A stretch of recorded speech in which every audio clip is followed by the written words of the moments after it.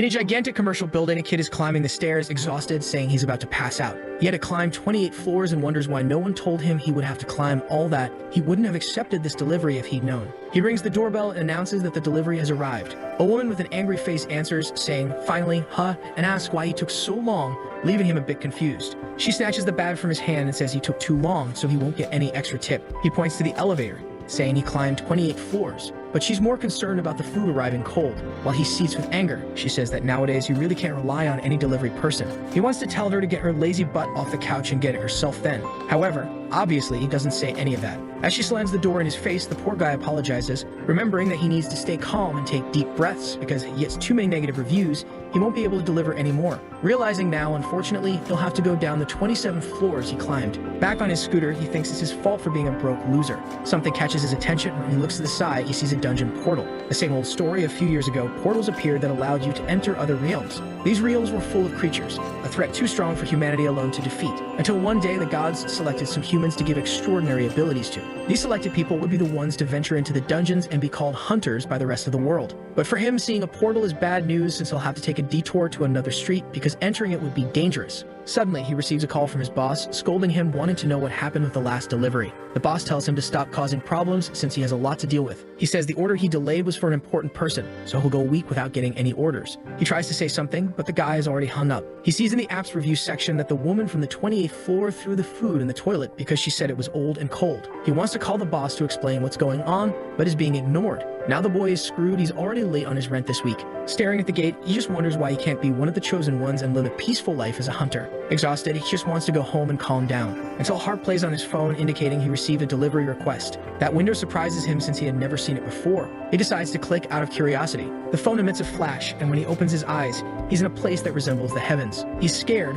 wondering where he is. Is this a dream? Or has he finally been chosen by a mystical being? Nothing has really happened yet, but he's already crying with emotion, thinking his life as a delivery boy is over. However, he then realizes that his phone still shows a delivery to be made and is even displaying a map. He's confused because the delivery says to pick up a nectar. With nothing better to do, he decides to accept. As soon as he clicks, the golden gate in front of him opens. He swallows hard, wondering where he's going, and he starts riding above the clouds, passing by the castle. Looking at his phone, he's scared. That place is exactly where the map indicates, but it's something surreal. It's really where the gods live. He enters a palace with giant pillars. In front of a huge door, he wonders if this is where he's supposed to pick up the items. Hesitant, he knocks on the door, knowing that if there might be a god there, he could have a chance to become a hunter. Someone opens the door, asking who he is. Seeing the girl with blonde hair and a white cloak, he recognizes her immediately as a goddess. Stumbling over his words, he says he's there to pick up the order. However, she comes right up to him and asks why a human is there in Olympus. She says he invaded, but he points to his phone, saying he's here to pick up a bottle of nectar. She looks thoughtful and says it might be Herma's doing. She sighs, telling him to wait while she fetches something humans shouldn't even touch. She hands him the bottle of nectar and warns that if her brother doesn't receive it on time, he will be very angry. She gets in his face and says he better not take a sip of it, and he says he understands. She points to her eyes and says she's watching him, then slams the door in his face. Once again, he's angry. What kind of nonsense is this? He thought he would escape the life of a delivery boy, but now he has become a delivery boy who will also be scolded by the gods. Staring at the bottle, he says it looks like apple juice and thinks about quitting the delivery. However, he reasons that if it's her brother who will receive it, he must also be a god. And since he's here in Olympus, he might as well ask this other guy to maybe turn him into a mythical being. He puts on his helmet, motivated, saying this is the last delivery he will ever make. And with that, he starts driving through the lava. A notification says he's approaching. After a mountain of magma, there's a small house. He arrives at the door, exhausted because it's hotter than a sauna there, and announces that the delivery has arrived. The door suddenly opens. The poor guy is dripping with sweat because it's scorching inside. In the background, there's the sight of a dwarf hammering on a forge who turns around angrily and asks who entered. Embarrassed, the protagonist says he's not an intruder.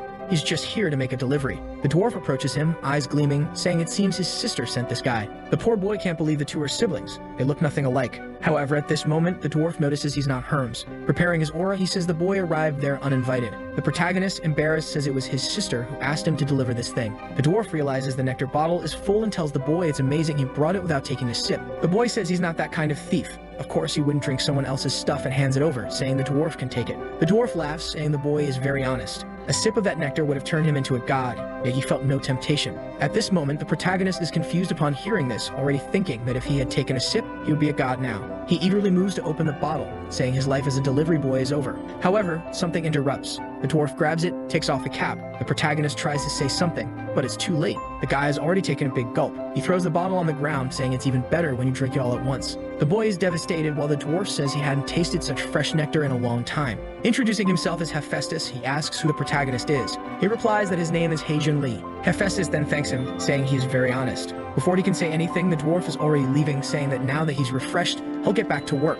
However, Haejun puts his hand on his shoulder and asks him to wait. The dwarf asks what it is, and he says he hasn't been paid yet. Hephaestus turns around and asks if he's talking about the delivery fee. If that's the case, he should have already received it and walks away laughing like a fool. At that moment, Haejun checks the app on his phone, which emits a flash of light that ends up blinding him. In his system interface, it shows 1,000 points. He is in bed, saying he's sure it wasn't a dream. As soon as he looked at the app, he was surrounded by light and was back on Earth. However, now this little screen is in front of him. He's angry, saying he has no idea how to use these points. He was face to face with a god, so all he wanted was to become the strongest S-rank hunter in the world. The system gives a notification and says that points can be exchanged for various items in the shop. He decides to accept because he needs to find some use for these points. The shop has everything from a golden apple worth 1,000 points to a motorcycle worth 100,000. He gets angry, saying nothing is useful and everything is too expensive. He starts scrolling through the shop looking for something he can use in a hunter's gate. However, he begins to realize it's useless. He won't be able to live this adventurous life until something catches his attention. At the bottom, there are 10,001 or about $10 for 1 point. If this is true, just with this delivery, he earned 10,000. Hesitant, he decides to touch it. As soon as he presses, a 10,001 bill appears in front of him and falls into his lap. He picks it up, and it feels very real. The system updates, and now he has 999 points. The poor guy is in disbelief, looking at the bill, looking at the system. He presses again and again until it starts raining bills in the room. Now the sneaky grin on his face has changed. He throws the money up in the air, saying that's what he likes. In the next scene, he's even eating ramen with sewer worms, completely happy and obviously radiant. He went to a deposit machine and tested the money, which worked perfectly. He's crying with emotion that he earned around $10,000 from one delivery. The woman in the shop asks if it's really that bad, and he says it's actually too good. He's like a madman laughing alone in the corner of the restaurant. He's wondering what to do with the money when the TV talks about a guy's recruitment. He watches the news about the guild's preparation for the Tartarus Gate, the most dangerous one of all. The guy hired is someone who placed in the top 5 of the hunter exam and has a contract with the mythical being Hephaestus. He recalls that Hephaestus is the name of the chubby dwarf, who now is the best customer he has ever had. He leaves the restaurant with a full belly, and then his phone rings. He figured something like this might happen, so he brought his scooter. The phone blows, notifying him of a new delivery, and as always, he gets teleported. Once again in Olympus, he opens his eyes. But this time, he's in a gigantic botanical garden. He's wondering where to pick up the delivery when someone calls his name, Haejun Lee. A girl appears, introducing herself as the goddess Demeter. Haejun greets her, and she says she heard about him from her nephew. He asks who her nephew is, and she says it's Hephaestus. The poor guy thinks someone is messing with his family because no one looks alike. Radiant, she says that it seems he didn't drink any of the nectar and asks if she can trust him to deliver something. Of course, he says yes, he'll deliver anything. After all, it's easy money. He imagines that this time he'll receive something insane. Demeter activates an energy in her hand and creates a lunchbox. He's a bit confused, but she tells him to deliver this lunchbox to her daughter, explaining that unfortunately the gods cannot leave their palaces without a good reason. Haejun didn't expect something so simple, but at least it will be easy. He's sure he'll deliver it, but suddenly she shivers and the entire garden around them rots in an instant. He looks around wondering what's happening, but she's already leaving, thanking him. He hopes there won't be any problems with the delivery or that it isn't a godly bomb, so he stores it on his scooter, imagining that the goddess wouldn't send something like that to her daughter. He decides to check the destination, but something catches his attention and a flash of light brings him back to Earth, leaving him confused. The app shows that the delivery is indeed in Korea. He remembers that the goddess said they can't leave their palaces without a good reason and figures it must be something like that. Apparently, he will meet her daughter when he gets there. He's never been so excited about a delivery before, already curious to know how many points he'll receive. Upon arriving at the destination, he takes off his helmet, saying it must be a joke. The delivery says he has to enter the most dangerous dungeon in the world, the Tartarus dungeon known as the Hunter's Graveyard. But he says it can't be that, the daughter must be just in front of the gate. Yet the phone says the destination has been updated, and the map clearly shows the inside of Tartarus. He shouts that there's no way he's entering that place and decides to cancel the order. However, below the 1-hour limit, it says that if he cancels, he will receive a divine punishment. A timer appears saying he has 42 minutes or he will turn into a pig with a human conscience. Desolate, he wonders what kind of punishment that is. He should have at least checked the information, but none of it makes sense. First of all, he can't get past those guards at the gate. The psycho starts thinking about all the foods made with pork. That's when the system window appears again, saying that if he needs any assistance, he can check the shop. He knows he has few points, so it wouldn't be useful. He starts planning to hire hunters to go in there. But in the shop for 800 points, there's a replica of the Kaini, a helmet of haze that hides the user's presence for 30 minutes. He says that this limited time offer stuff is nonsense and clearly just a way to drain all the points he has. But since he'll turn into a pig if he doesn't accept, he decides to buy the helmet, vowing never to take another job again. The helmet appears out of nowhere, and as he tries to grab it, it rolls away. What fool! Now equipped, he has 38 minutes to make the delivery. He easily rides past the guards who don't notice his presence, only sneezing due to the cold wind. He heads towards the gate, terrified since it's one of the most horrifying places in the world. But with no other option, he goes on. Hajin Lee, a 20-year-old delivery boy with no hunter's license, no mythical contract, no supernatural powers or physical abilities, defies all odds. He becomes the first person to reach the deepest part of Tartarus. Looking around, he says there's no one there, but at least he got there quickly and won't be turned into a pig. He starts shouting, saying the delivery has arrived. From the darkness, a three-headed wolf stares at him. The poor guy is terrified, wondering what it is. The beast comes drooling, ready to bite him. He, with no powers, thinks it would have been better to turn into a pig. The creature approaches face to face. He knows this is his end. He spent all he had on this damn helmet and now served himself on a platter to this monster. But then he remembers he had 2 uses of the helmet. The monster leaps to bite when he activates the helmet again. But now he's already under its teeth. It's too late. Until someone tells the beast not to eat anything dirty, the monster freezes for a moment. Heijin opens his eyes hesitantly, seeing he's not dead. He looks back and sees a little girl. He wonders why a child is in the deepest part of Tartarus. She approaches gracefully, petting the beast, saying this dog doesn't bite. The poor guy immediately sees she looks just like her mother, Demeter. He asks for permission and says he has a delivery. When someone behind asks where Persephone went, a pale man appears, saying it seems she went to play with Cerberus. The man then sees the protagonist and asks how a mortal had the courage to enter Hades' underworld. Embarrassed, the protagonist tries to explain but is already scared, having heard it's the king of the underworld. Hades says he's the first human to reach there in a long time since Orpheus. An aura surrounds Heijin, squeezing his neck. The poor guy can't breathe or speak. Hades says Orpheus went there to rescue his wife who had died, but the boy had come to steal his helmet. As soon as he grabs his hand, he notices it's a fake version. Persephone says they should listen to what the boy has to say first. With that, Hades releases Heijin, who falls, coughing. He asks why he entered this domain. Struggling to speak, he explains he came to make a delivery. Hades wants to know if it's a delivery for him, the god of the underworld. The protagonist says that's not the case, and he brought something that his wife sent for their daughter. They look at each other confused. Hades wants to know why he's making the delivery and not Hermes. Trembling, Heijin says he doesn't know why, but that's what he was told to bring. Persephone recognizes the lunchbox sent. Hades asks if Heijin didn't say it was his wife who asked him to bring it. The poor guy says yes, she asked him to bring it to her daughter. Persephone explains that it was made by her mother-in-law. The girl is all radiant, saying it arrived warm. But hearing this, Heijin wonders if the two are a couple. He points to Hades, saying he's disgusting and too old for it. Whoops, he covers his own mouth, realizing he spoke without thinking. But Hades heard him clearly and tells him to repeat those words to the king of the underworld. The protagonist starts babbling, trying to apologize but trembling. Hades just stares at him and then starts laughing like a fool. The protagonist is confused and Hades says he never imagined a human would have the courage to insult him, the god of the underworld. He asks Heijin's name, who responds while shaking. Hades warns that since this is the first time, he will forgive the insolence. However, if he does something again, he only needs to point a hand, and Heijin is surrounded by energy, understanding very well what will happen. With that, Hades says that the payment has been delivered and he can thank his mother-in-law for it. Immediately, the window blinks, and this time he receives 10,000 points plus an extra 5,000 from the god of the underworld. Hades even returns the helmet, saying he can keep the trinket. Heijin trembles and thanks him with a big smile. The scene changes to a man exhausted, facing a dragon. He prepares for combat. He is the captain of Team 1 and a combat-type hunter, Doyen Ha. He delivers a series of blows to the dragon, but it retaliates with a claw to his chest. However, someone else attacks from behind with an aura blade and the dragon notices. But the attack lands and the dragon rides in agony towards the sky and then falls defeated. The swordsman approaches Doyen and congratulates him, saying they finally conquered the first floor of Tartarus. This man is the guild master Yangwen and also ranks 3rd in the world. His name is Songjin Park. Everyone there is celebrating. He says it's a great day because their guild has now reached the deepest part of Tartarus. However, everyone is really exhausted. Seongjin thanks Doyen, saying it's all thanks to him. Doyen emotional says he's not that good.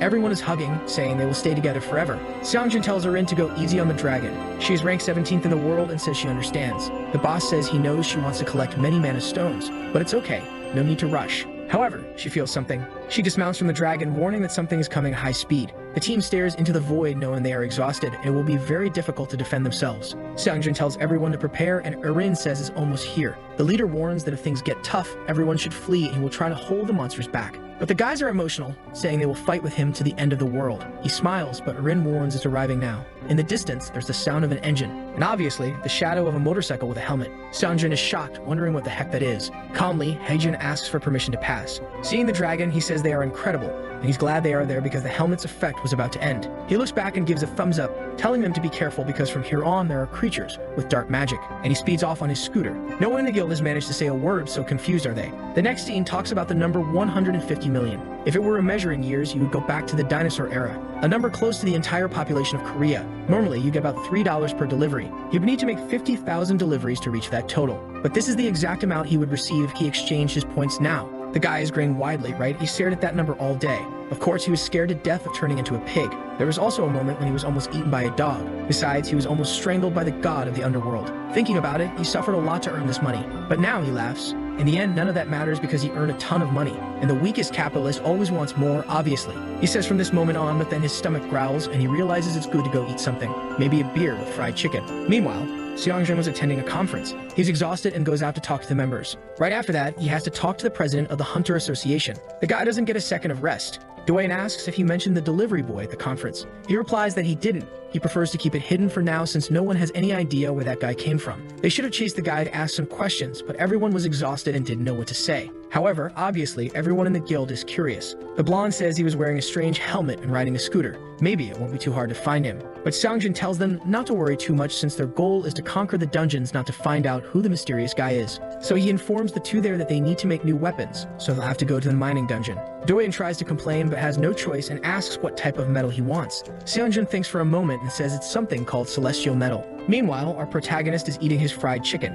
He was excited to eat until his phone rang. He jumped up, not wanting to miss any orders from the gods. He was hungry, but in a flash of light, he found himself surrounded by mountains. And right in front of him was Hephaestus' house once again. That's when he realizes he forgot his scooter and helmet. While he's wondering about this, someone is behind him. Suddenly, someone calls out to the boy, and he turns to see Hephaestus with tears in his eyes. Heijin asks why he's not inside the house. Crying, Hephaestus says he was expelled. Heijin is confused and asks what he's talking about. He explains that he was drinking and eating with his brother Dionysus when someone appeared, calling him dear and asking why he was drinking again. With that, the two are expelled and she said they shouldn't even think about coming back. Dionysus left immediately, but the little dwarf is abandoned there. Heijin says he understands but asks what he wants him to deliver. Desolate, Hephaestus says anything to drink or eat. Since he was expelled, he hasn't eaten anything. He implored, but even his sister didn't have nectar, and now only Heijin can save him. Heijin kind of understands but has no idea what a god eats or drinks. Lying on the ground, Hephaestus says if he could have some kind of meat with alcohol, it would be perfect. Heijin goes on his phone and tells him to wait a second. A flash of light happens while the dwarf is lying on the ground. He sniffs something until Heijin appears with the beer and chicken he had bought, saying he's happy to share.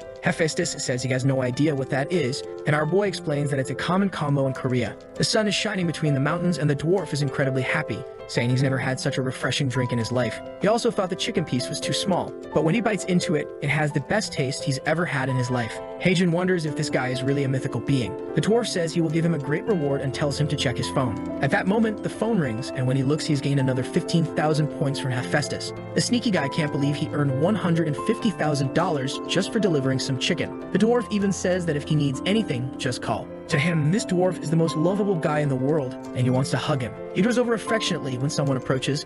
A voice calls out, dear, and they both turn. Heijin is startled. She asks why he's drinking again. Man, what is this? This is the goddess of plenty and density, everyone. The protagonist is moved to tears by her beauty, saying he's never seen anything so beautiful. He doesn't understand how she's married to that crying dwarf, and why he suddenly falls to his knees. Hephaestus starts explaining that he's eating there only because he was expelled from home. She makes an angry face, saying it looks like he's completely right. The dwarf is shocked, and Heijin says he better apologize. She then calls Heijin by name and introduces herself as Aphrodite. She's truly the goddess of love, carrying such an immense amount of happiness. She apologizes, and Heijin says it's no problem at all. He's only there because he was hired. Hearing this, the dwarf asks if he can deliver something. He's unsure what to say, and Aphrodite says he seems to be an honest boy. Not motivated, he says they can count on him since he is the delivery boy of the gods. The dwarf liked this information a lot, but in reality, Heijin wants to deliver something for Aphrodite, right? The dwarf then tells him to fetch some materials he needs for the forge. The location is right in his city, and what he's looking for is also the celestial metal. The next moment, he's already on his scooter, wondering if this is the right place. Once again in front of a gate, but this time for the Sure mines. Facing it, his heart races. He's in disbelief that he's entering another dungeon again. As soon as he saw the location, he went to check and found out it was the mines. He was thoughtful and told Hephaestus that he wouldn't be able to do it, explaining that the last time he entered a dungeon, he almost died. The dwarf asked why, and he said it was because he's not a hunter and can't fight. He only managed because he had a helmet that hid his presence, but now it's broken. Hephaestus said that if it's a broken helmet, just give it to him and he'll fix it. All excited, he got up and said that he's the god of blacksmiths and can fix any mythical treasure. Heijin got excited, and now he's back in the dungeon with the helmet. It's a repaired replica with a duration of 2 minutes and 2 uses. Once again, we go inside the gate, but upon entering, there's a fair going on and he's confused. He knew this dungeon was popular, but this is ridiculous. He imagined the problem would be the monsters, but now he realized he would have to go deep into this place to find anything. Meanwhile, Doyen is there calmly eating. After driving for 30 minutes, he finally found an empty place. The only problem is that the terrain is terrible and his scooter is shaking all over. At least he's starting to see some minerals on the wall. But what he needs to find is the celestial metal, a piece of ore that shines in a red color. He keeps going, wondering how far he'll have to go. When he turns a corner, a giant skeleton passes by him. He gets scared but keeps accelerating, since he's still invisible. However, he crashes his scooter's body. A skeleton notices something but is confused because it can't see anything. The only bad thing is that his scooter is now wrecked. He stops for a second and smiles, thinking he has money to buy infinite ones. With that, he continues going deep into the cave, until, on top of a pile of rocks, he sees the celestial ore. He approaches, takes off his helmet, and smiles, saying he finally found it. The problem is how he's going to carry it out of there. He pulls from one side and kicks from the other, but gives up. What is he going to do now? But the system saves him and tells him to check the shop. Maybe there's something useful. As soon as he opens it, he sees a recommended item for 4,700 points. It's an explorer's pickaxe that can perfectly mine, but only once. But that damn thing, for the number of points, is costing 47 million. He remembers that at the entrance you can borrow a pickaxe for 10,000. He leaves, saying he's not spending money here in a way. The problem is that looking at his scooter, it's clearly not in the best condition. Knowing that maybe when you make it back, the best thing to do is to take the risk. He already spent the 4,700 and threw it in his hand. Then he just needs to charge Hephaestus for it, and he strikes the ore with the pickaxe, hitting the ore right on top. It magically detaches from the rock, and the pickaxe disintegrates. The ore rolls down the mountain, and he runs after it like a fool. He lifts the thing off the ground, but it's incredibly heavy. After struggling, he manages to throw it on his scooter, thinking it would be much easier if he could go straight to Olympus. But that's when a stone ogre appears behind him. He's without the helmet and gets scared. The creature roars, shaking the entire cave. In another part of the cave, Doyen was fighting some skeletons. Hearing the roar, he wondered what it was. He felt something approaching from the darkness and prepared to fight whatever it was. It was Heijin, accelerating and telling him to get out of the way. Doyen recognized him as the same guy from Tartarus, but the protagonist just passed by, telling him to run if he valued his life. He couldn't even say anything and the guy was already gone. At that moment, he heard something behind him. Turning around, the ogre was heading in his direction. He ran desperately, saying he wanted a ride. The scene shifts to Heijin screaming that he almost died again. Hephaestus says he's very good at delivering quickly, but our boy is cursing, saying he should have warned him it was so dangerous. The dwarf looks confused, saying there's nothing in that place that puts life at risk. Our protagonist tries to explain that the rock was also gigantic. The dwarf seems confused and he says he'll fetch it. With that, he brings the red block. He tosses the massive rock on the ground and asks Hephaestus to take a look at this gigantic thing he requested. The dwarf is shocked and asks what kind of abomination that is. The two stare at each other. Heijin tells him to stop pretending because that is the celestial metal he was asking for. Hephaestus tries to explain that's not what he meant and lifts the stone, saying he's never heard of such a large and pure celestial metal.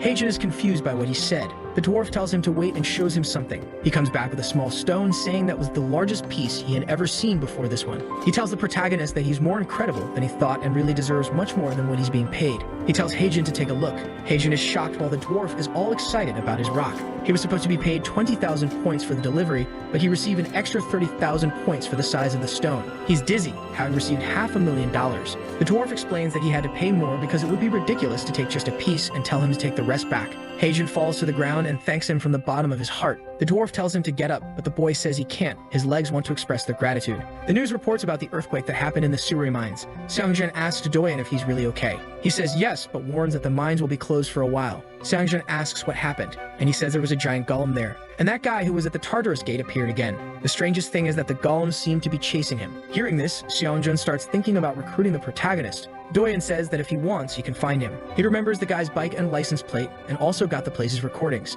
The leader thanks him, saying bringing someone like that to the guild would be very good. He's happy the guy wasn't hurt, and says that from now on, he'll handle these things. Radiant, Doyen thanks him and says he'll follow him to the end of the world, until Seongjin asks if he got any celestial metal. Then both go silent. Meanwhile, Heijin sees 75,000 points on the screen and grins like a fool. Now with $500,000, he can finally start thinking about a new house. The money he's earning is a lot even for a very good hunter. The only problem is that he knows he's surviving on luck. He starts wondering if maybe there's something useful in the shop. He opens the store looking for something. The problem as always is that everything is extremely useless and expensive. The cheapest weapon costs $1 million. Not to mention it's all replicas, so it probably won't last long. Maybe he should give up trying to defeat monsters. Until something catches his attention, a level 1 racing suit. It significantly enhances the user's physical abilities according to the suit's level, but it costs 50,000 points. He's angry that the system doesn't recommend these good things to him. The only problem is that he doesn't know how effective it is, and 50,000 points is quite expensive. He thinks about it and decides to buy it as an investment in his work.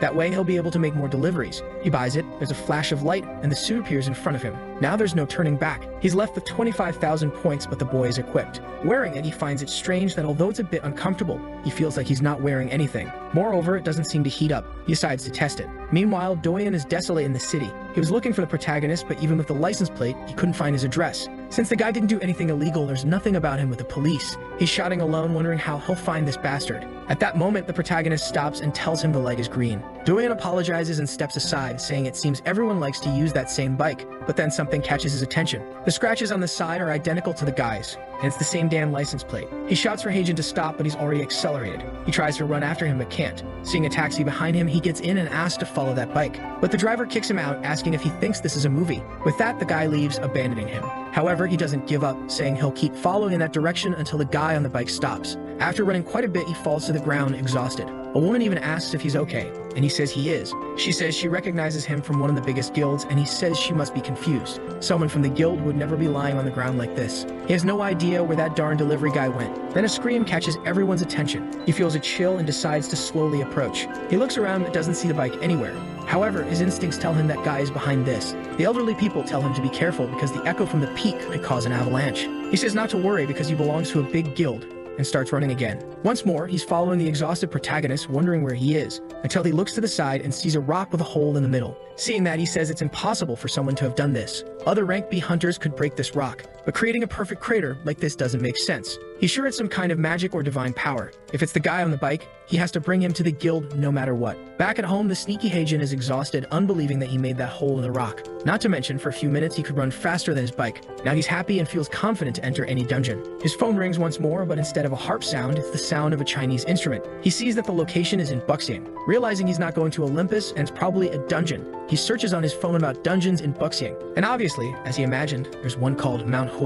It's a delivery without a time limit, so he's going to wait for his suit to recharge before doing it. What he didn't realize is that he was being followed. The blonde from the guild was keeping an eye on him. Xiangjun already knew everything Dayan told him. He said that if they spread hunters throughout that region, they would definitely find him. Xiangjun said it wasn't possible because they didn't have a picture of the guy, but Dayan told him to relax. He showed him a perfect sketch he made of the wanted guy on the bike. The leader asked if it was true that the guy seemed stronger than he appeared. Dayan explained about the pierce rock he saw. It's not something a normal hunter can do. Now they're motivated to recruit the protagonist before the Black Dragon Guild can find him. Although the young one is currently at the top of the Korean guilds, the second largest guild, Black Dragon, has been growing a lot in recent years. However, they are the type of guild that commits any illegal activity to increase their influence. The leader says they can't lose someone so good to a guild like that, especially since they've been getting more and more suspicious lately. Dayan says he can trust him to recruit this guy. The next day, when Heijin arrives at the mountain, there are a lot of people at the entrance, but he saw online that this place wasn't popular. As he approaches, a guy tells him to stay there. Startled, he realizes the guy is actually talking to a little boy right behind him. He hears people talking about something related to the Black Dragon Guild.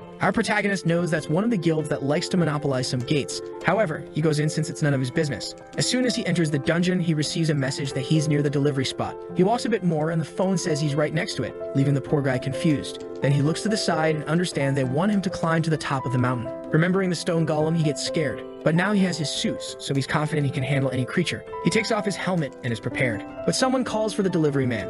A face on the ground calls out to him. Heijin is startled. It's the head of a monkey talking to him. The monkey tells him not to be so scared. Hasn't he ever talked to a monkey before? He's a bit unsure of what to say and asks if the monkey ordered the delivery. The monkey says a kid with a winged hat told him that if he wished hard enough, someone would appear to complete the request. Our protagonist wonders if that child with the winged hat is behind all of this. The monkey then says there's something he wants Heijin to fetch, and the protagonist says to just ask. The monkey introduces himself as the beautiful monkey king or the victorious Buddha. However, people want to call him, some like to say he's the great Sun Wukong. Heijin immediately thinks of Goku and approaches, asking why the monkey is stuck down there. Sun Wukong says he was punished just because he stole some peaches from the Jade Emperor's tree. All he wanted was a bite, but as soon as he touched it, he was imprisoned under the mountain. Heijin says he understands and asks what he wants him to fetch. Wukong says it's nothing too much, just follow the direction behind him and he'll find a pile of trash. There's a hidden box he wants Heijin to bring back. Heijin thinks about this and sees it 6 miles away. Since it's not far, he says he'll be back soon and sets off. However, the little monkey smiles slyly.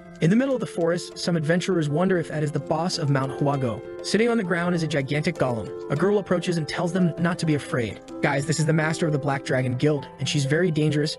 carrying a presence that might rival Aphrodite's. Her name is Jua Han. She knows the Yangwon Guild managed to advance the first floor of Tartarus. However, if they can defeat this 8-trigram boss, they might be able to claim the top guild spot. She orders everyone to attack, and the blonde behind her gives the order for the tanks to march forward. However, the guys are hesitating, saying that things isn't moving, but something feels off. As soon as one steps, a crater opens and the creature begins to rise. The monster is large enough to cast a shadow over the entire team. A roar from the monster makes everyone in the guild tremble, saying they can't fight that thing. But the blonde warns that anyone who deserts the mission will be killed by the guild. The adventurers say it's impossible to defeat such a creature with these lousy weapons. But at that moment, a redhead shouts for everyone to get into combat stance. If they don't focus, they'll be crushed now. The group hesitates but agrees and approaches. The blonde asks the redhead if she thinks the plan will work. She doesn't seem too concerned, saying she doesn't know either. In the forest, Haejun was riding his scooter until an earthquake started. Even some monsters were running from the same direction. Seeing the smoke in the distance, he knew it wasn't good. But since his suit was still on cooldown, he felt confident and decided to check it out.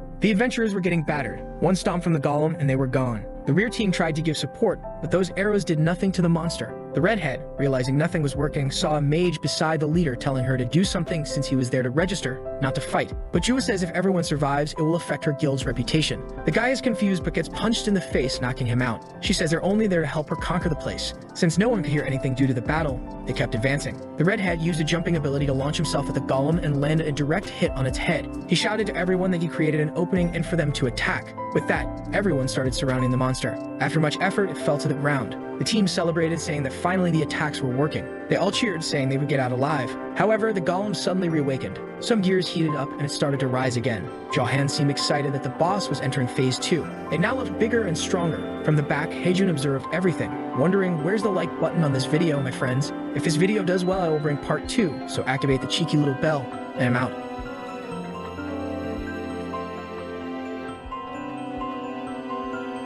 Do you remember that the last chapter ended when Haejun was inside the dungeon where the monkey had asked him to retrieve a bunch of junk? As soon as he arrived, he liked the video. However, outside, Do Yeonham mentioned that he was in Suwon City yesterday, and today he's heading to Bucheon. The poor guy is exhausted from searching for Haejun so much. At this rate, he'll traverse the entire province. When he reaches the entrance of Seonju Mountain, there's no one there, which confuses him. A chubby guy with glasses appears, calling for him. Dooyeon asks where this chubby guy came from, who tells him to watch his mouth and to say who he is. Dooyeon responds with his name and asks what the guy will do. Already sure that this guy isn't from the association, he probably thinks he's from the Black Dragons. He brushes past the guy, telling him to move aside. The chubby guy keeps insisting for him not to enter, but knowing he can't do anything, Dooyeon just goes in. But this makes it obvious to Dooyeon that if they're putting people there to block others, they're definitely there because of a boss. He starts running, saying he'll have to warn people because they've given up on this place. The true challenge of the 8 trigrams starts for real when the monster enters the second phase. It was at this moment that Haejun was arriving there. Seeing the giant monster with a laser in its belly, he realized that was the junk the monkey had mentioned.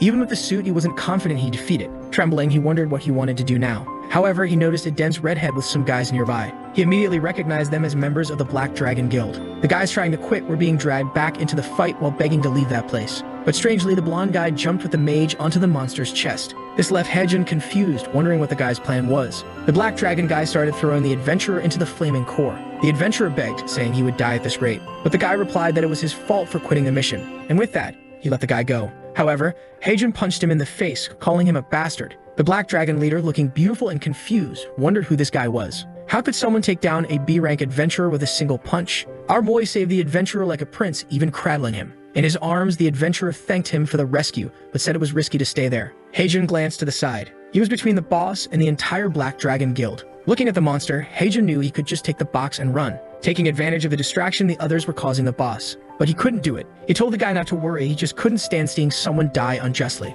The Black Dragon leader asked why everyone was standing still, while Haejun was certain it was all those damn people's fault. And now to turn into a mess. His suit still had 2 minutes and 17 seconds left, and he thought he had no choice but to go forward. The redhead was furious because she thought they were about to win. The bald guy asked if he should order the archers to attack, but she said no. She knew that before starting the battle, they needed enough wood. This is the key to defeating the 8 trigrams. In the middle of the transition from phase 1 to 2, the boss becomes immobile as he is now. At that moment, you just need to deliver some sacrifices to his chest and everything becomes easier. Then the bald guy said to take a look, and Haejun had just jumped, already higher than the boss. From above, something caught his attention. There seemed to be a crack in the head with a message to grab. He was sure that was the weak spot and went for a punch, which hit the big-headed guy dead on. The leader started trembling, wondering what that idiot was doing. At this rate, he would end up waking the boss. Because of this, she ordered everyone to stop him. She didn't care if he died or not, but wanted to somehow stop what he was doing. The people fired a bunch of arrows at the boss, and Heijin's suit had 1 minute and 31 seconds left. Punching the ogre's head, he asked for it to break soon. A window appeared saying danger had been detected, and his body seemed to dodge the arrows on its own. He was startled by this, wondering why those people were trying to kill him. The bald guy told the leader that the guy was strangely a dodge god. There were arrows even behind him that he was dodging without seeing, until one hit the ogre's eye. At that moment, the ogre trembled, and its eye glowed. The bald guy wondered if they would have to use everyone to stop that guy. Then he ordered the front line to charge. Heijin wondered when the boss would stop. It looked like the monster was wearing a wig of arrows, but then the ground beneath him began to tremble. The captain's fan fell to the ground as she knew they were now screwed. The creature's eye lit up, and now phase 2 was complete. Heijin started talking about how it was too hot up there, while the people below were trembling. The golem came to stomp on everyone, roaring. With one impact, the entire army was decimated. The bald guy asked the leader what they would do, but the master had no idea. She knew there was nothing more to be done there. Seeing the golem in front of her, she was sure everyone there would be turned to ashes. However, up above, Heijin hadn't stopped, delivering a series of punches to the monster's forehead. The master couldn't believe he was still alive up there. The problem was his suit only had 10 seconds left. He continued punching, and it went down to 8 seconds. At 5 seconds, he insisted, asking for it to break. 1 second remained. He delivered a punch, exploding the creature's head. When the smoke cleared, Do Yun had just arrived and was in disbelief. Seeing the fallen boss, he wondered if the kid really had defeated it alone. In a way, Do Yun felt a connection to Heijin because they seemed to have a similar fighting style. But he didn't imagine he would find that guy here. He ran toward Heijin, saying he needed to recruit him to the guild today. Down below, the Black Dragon guild members hadn't died, and Johan couldn't believe that loser had defeated the 8 trigrams alone. The bald guy asked for orders, and she said to capture him as soon as the smoke cleared. She was sure that even though he was strong enough to defeat it, he would be exhausted now, and she couldn't let someone who complicated the Black Dragon's plans get away. But an explosion happened in front of them. It was Do Yun who greeted them. Immediately, the entire guild recognized him, and he said it seemed he was right to think they were behind all this, already understanding that their plan was to use the new recruits as sacrifices. Johan didn't expect him to show up there and ordered everyone to prepare for battle. She pointed in his direction and said he was now the target, and they better not let their guard down. Do Yun was worried since there were many people there, and now he wasn't sure if he could win. What he wanted to know was where Heijin was. Then another guild member came to talk to her, saying they had a problem. She asked what it was. He sheepishly said that the guy with the helmet had disappeared. The poor woman in Do Yun didn't know what had happened, and she screamed in desperation. Now he was screwed, alone against everyone. He got involved in all this without meaning to. Heijin fled with the helmet since he thought he was going to die. He almost woke up in Olympus, and it wasn't because of a delivery. The poor guy wondered why he helped those people since he wasn't even a hunter, and he said he had to remember never to make such a mistake again. But then something caught his attention. In the distance, he saw the city in Seonju Mountain. He wondered if the dungeon was disappearing because he had just killed the boss. Dungeons form when gates aren't completed after a long time, and when that happens, anyone can enter and kill the boss. But it's extremely difficult. Usually only registered hunters from the association can do it. But this time, a guy registered as a delivery man was the one who resolved the dungeon. The poor guy was praying this wouldn't cause problems and wondering why he got involved in this. Then he remembered. Back with the monkey, he said it seemed the boy took longer than he thought. Heijin, crying, explained that the request was impossible. The monkey told him to stop stalling and explain what happened. Heijin cursed, explaining that he had said it was just a piece of junk. But when he got there, it was a giant ogre that shook the ground with every step. Not to mention it had a laser that almost burned him alive. Kong said that was impossible and asked if the 8 trigrams had gone crazy, noting that it was a peaceful creature that doesn't move until someone hits it. Then the protagonist realized that if it weren't for the Black Dragon, it would have been easy. Now he was motivated to wipe the floor with their heads. How could those bastards dare to interfere with his deliveries? The monkey then said he realized from what he said that he probably didn't get the box. But Heijin said he did. Wukong asked how he did it, and Heijin said he exploded the monster's head and brought the box to Wukong, asking what the deal was. The monkey chuckled and began to go crazy, saying he was incredible. Even though he had defeated that creature in the skies, the monster here on Earth could still destroy any human. He asked for the protagonist's name, who responded. The monkey then extended his hand, saying that today he met Heijin Lee. At that moment, something burst out of the box. An explosion happened, and something came flying out. When he opened his eyes, the monkey was holding the staff, saying he owed him one now. And if it weren't for the boy, he would have been trapped in that place for years. Heijin recognized it as the golden staff.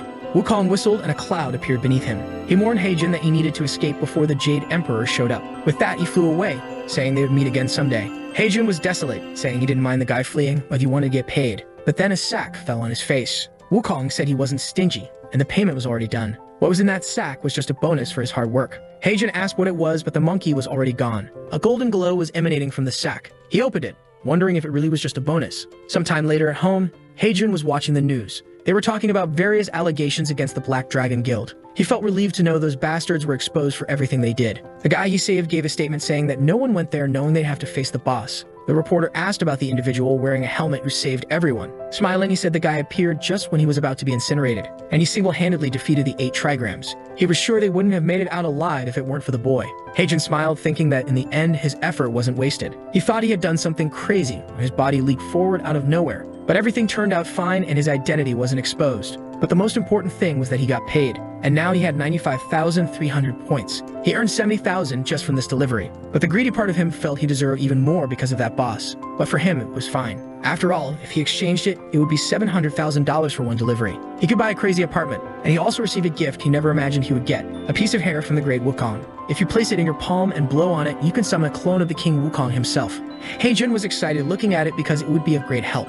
Lately, he had been going through a lot. Unexpected creatures kept appearing. Even if it was just a clone, it was still the great Wukong. Look at this sick face he makes imitating a monkey. For him, it was basically an extra life. And at that moment, he received another delivery request. He put on his jacket, put on his helmet, and was ready for another one. Meanwhile, in a hospital, a guy was running down the corridor. It was the guild leader calling out for Duyan. The guy seemed to have been beaten up by the guild and was in bad shape. Duyan asked what the leader was doing there. He was supposed to be in Busan today. The leader said he had already taken care of it and couldn't stay away. After all, it was partly his fault that Duyan was in this state. The boy responded that it wasn't the leader's fault. He misjudged the situation and got involved when he shouldn't have. He should have been more cautious with those black dragon bastards. Sungjun was angry that those bastards had the nerve to attack someone from his guild. The right thing would have been to send Renov along with Duyan, but he promised that next time he would take those guys down himself. Then he asked Duyan if he was feeling okay. Duyan revealed that the doctors told him things didn't look good. Sungjun was shocked and asked if his days as a hunter were over. But the rascal was just joking and said the idiot was fooled. His arm just had a slight break, but soon he'd be 100%. He started laughing in the leader's face, asking if he believed he would retire just because of that. Sungjun grabbed his cheek, saying that today was a good day for the kid to retire.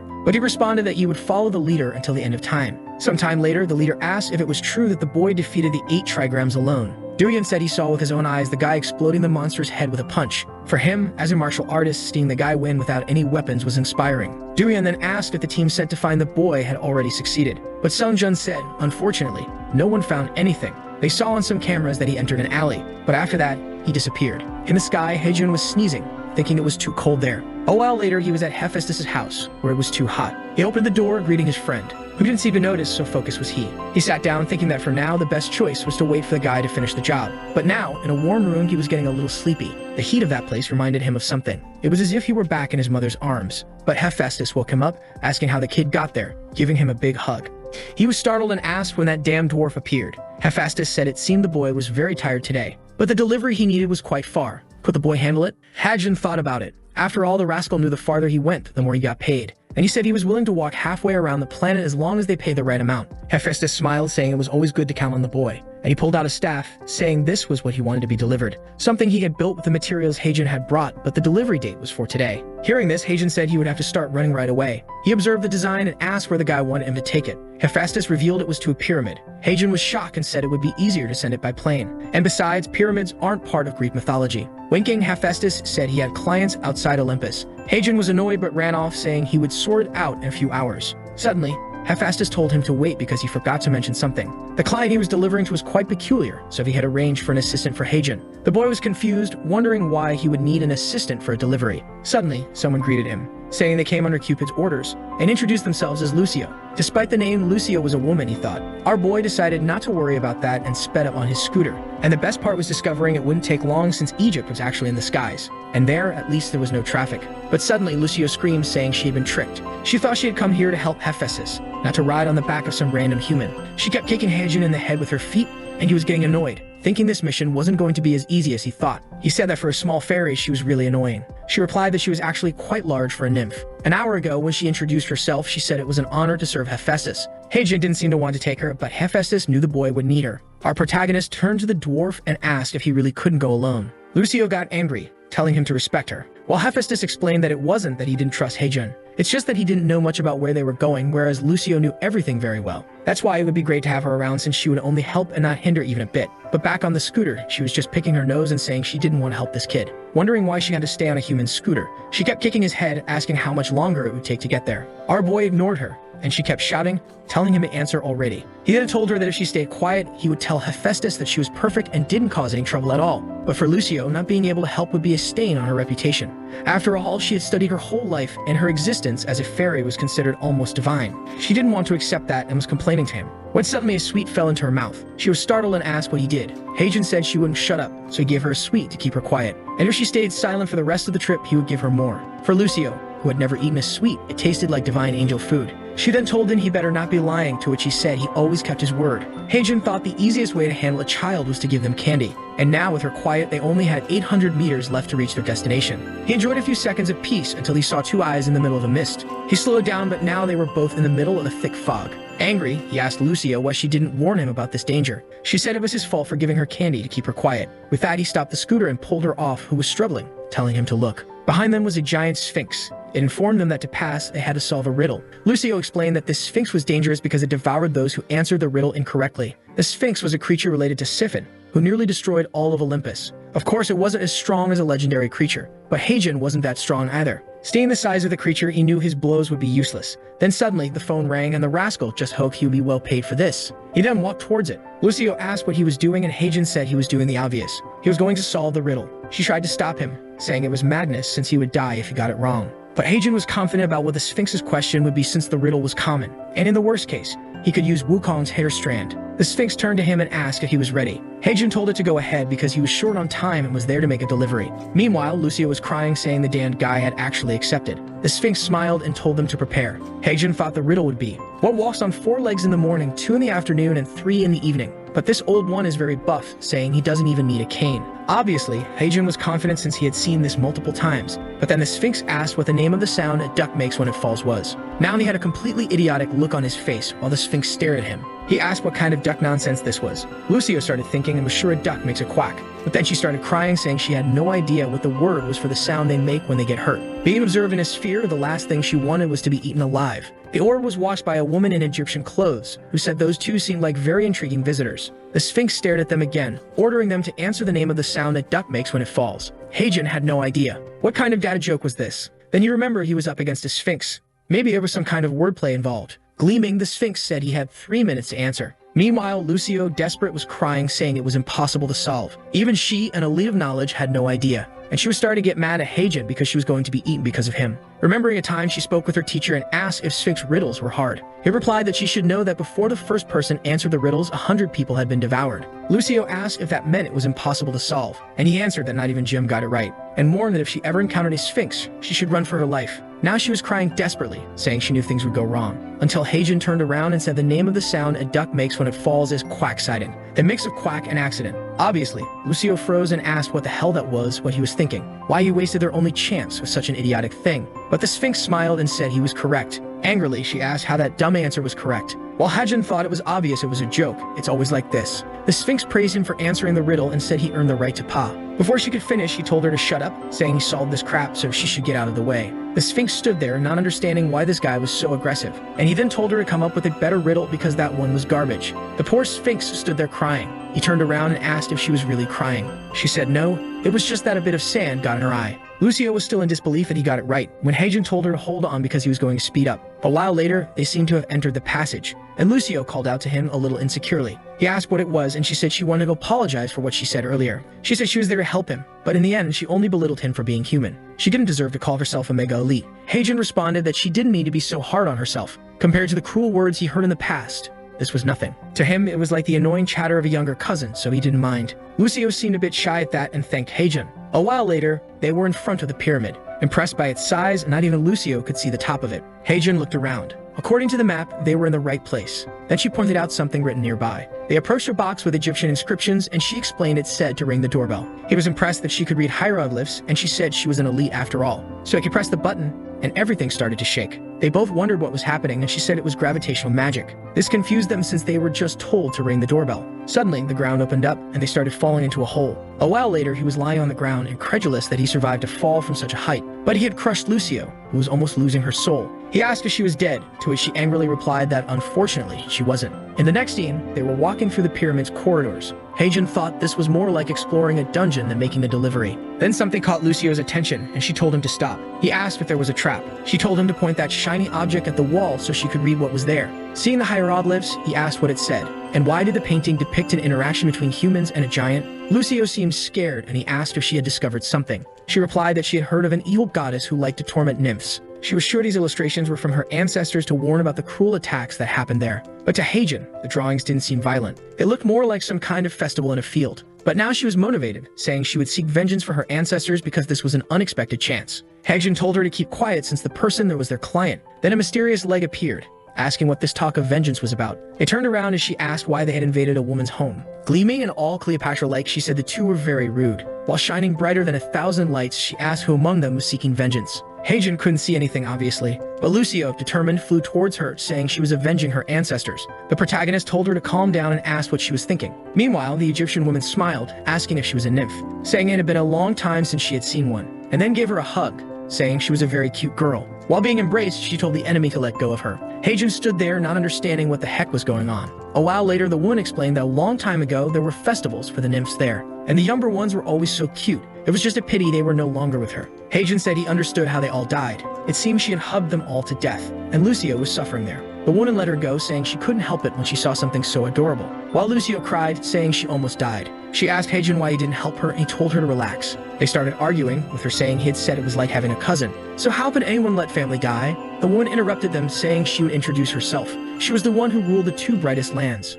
She was the divine reincarnation of the all-powerful Horus, a pharaoh. But the two didn't care about what she was saying and kept arguing. While they fought, Heijin asked what this pharaoh business was about. Wasn't it usually the king of Egypt? Lucio replied that he didn't understand anything, and there were two types of gods. Those who were like Cupid or Hephaestus, born as deities, and those who achieved divine status like the old lady in front of them. The pharaoh asked why she was being called old, and Heijin said he wanted to talk to her because he came to deliver something. She said she knew very well since she had been watching his entire journey. At that moment, the package began to move and flew into her hand. Observing the item, she said it was of high quality. It was truly made by a good craftsman, and the design was perfect. She then said that the delivery man Heijin truly lived up to his reputation. Now the poor guy was confused, wondering since when he had a reputation. But with the delivery done, he thanked her, saying if she wanted to give a bonus, she could just send it to his account. Lucio said it was shameful to work with someone so greedy, and asked if he had no personal respect. Heijin responded that respect doesn't put food on the table. It was with that money she didn't want that he bought the candy she liked. She got excited and said to make sure a good deposit was made to the account. The pharaoh said their friendship was amazing and assured them not to worry about payment.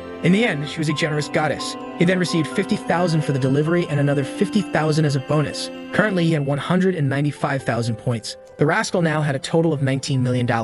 Lucio said she helped, so he better give her some candy. He told her not to worry, she would get a whole store. She got excited, saying she would take 90% of the profit, leaving him a bit embarrassed. The woman advised them not to use that tunnel next time and to use the main entrance. Although she had good memories of that place, it didn't make sense to receive deliveries in the basement. Lucio mentioned the inscription said to ring the doorbell if there were no guards. The pharaoh explained there hadn't been guards there for years and they should have just knocked on the front door. In other words, they should have ignored the entry button and taken the stairs. But with that, the delivery was complete and he was back at Hephaestus' house. Exhausted, but at least he made it back in one piece. He told Lucio to wake up as she was drooling on his hand. "What's this, my child?" She woke up, asking if they were back already, and he said yes. That's when she realized they were already in front of Hephaestus' house. She then called over the radio and thanked him for the day, saying it was fun. He asked why she changed all of a sudden. Then he remembered that now the delivery was complete. It was time to say goodbye. Gleaming, he said it was great having her around even though she talked too much.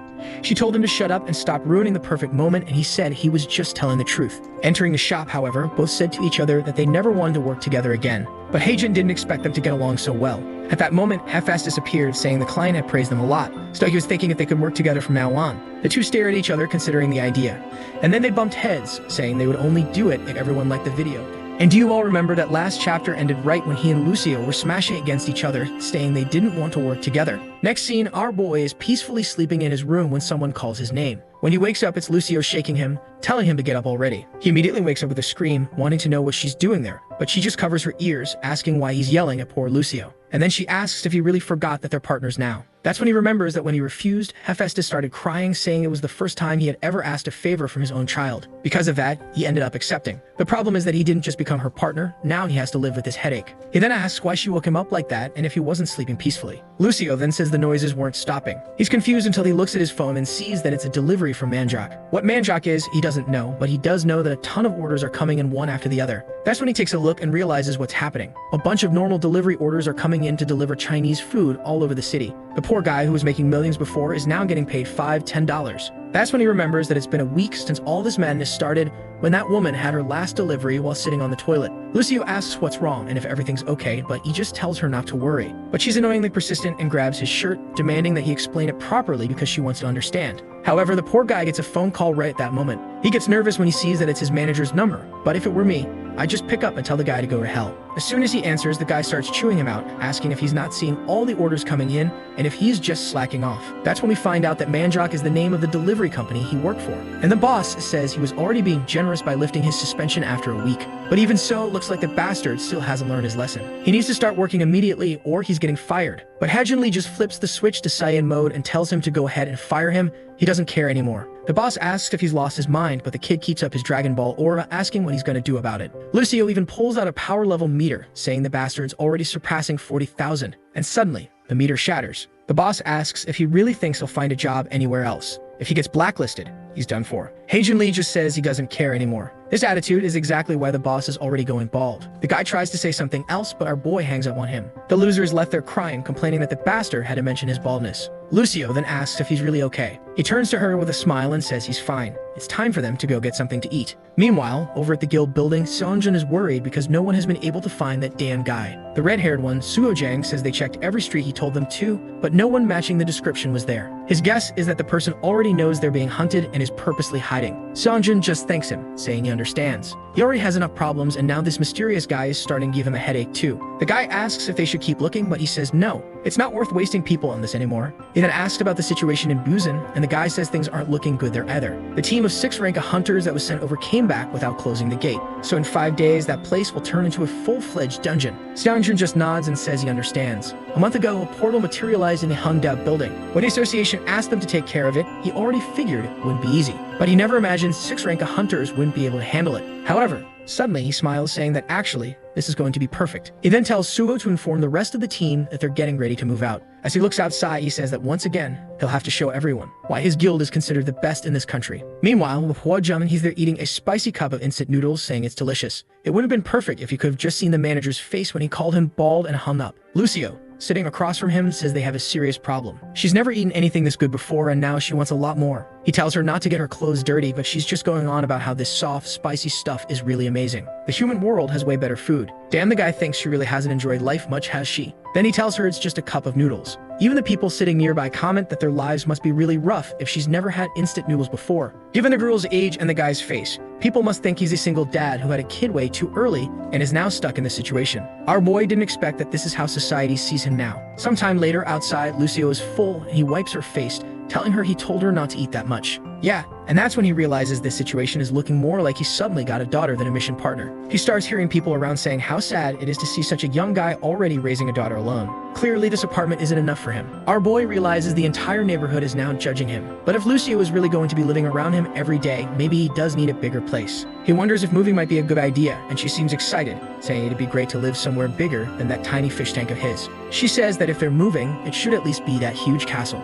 Obviously, she's pointing at a massive, ultra-luxurious building. He squishes her cheeks, telling her she has no idea how much an apartment like that costs. With puffed up cheeks, she wants to know what happened to the money he earned from the pyramid. That's when he remembers that considering the number of points he actually has over $1 million, so it's not impossible. Maybe it really is time for him to get his own place. Lucio is already excited, saying the place is gigantic. Wait a second, is our little delivery boy actually getting a luxury apartment? On top of that, it was built recently, so it's super fancy even by today's standards. He asks the guy for details, who tells him they'd be able to move in at the earliest in 2 weeks. The guy is trying to explain everything, but Haejun Lee just says it's fine, he likes it because it looks good. Still, he wants to check out some other places. Because come on, it doesn't make sense to buy the first one you see. He then calls for Lucio, saying they're going to look at more places, but she asks why they don't just stay there. He just picks her up and says he hasn't decided yet, so they're leaving. That's when he glances to the side and thinks he recognizes a girl. Is it just me, or is this the first woman we've seen aside from the hunters? A little later, Lucio is once again stuffing her face with instant noodles, saying it's delicious. She looks at our boy and asks why he isn't eating anything. He's just drooling over the papers, mumbling about how he bought a house after just one day of searching. Now that's true luxury. After that conversation with the guy, they checked out a few more places,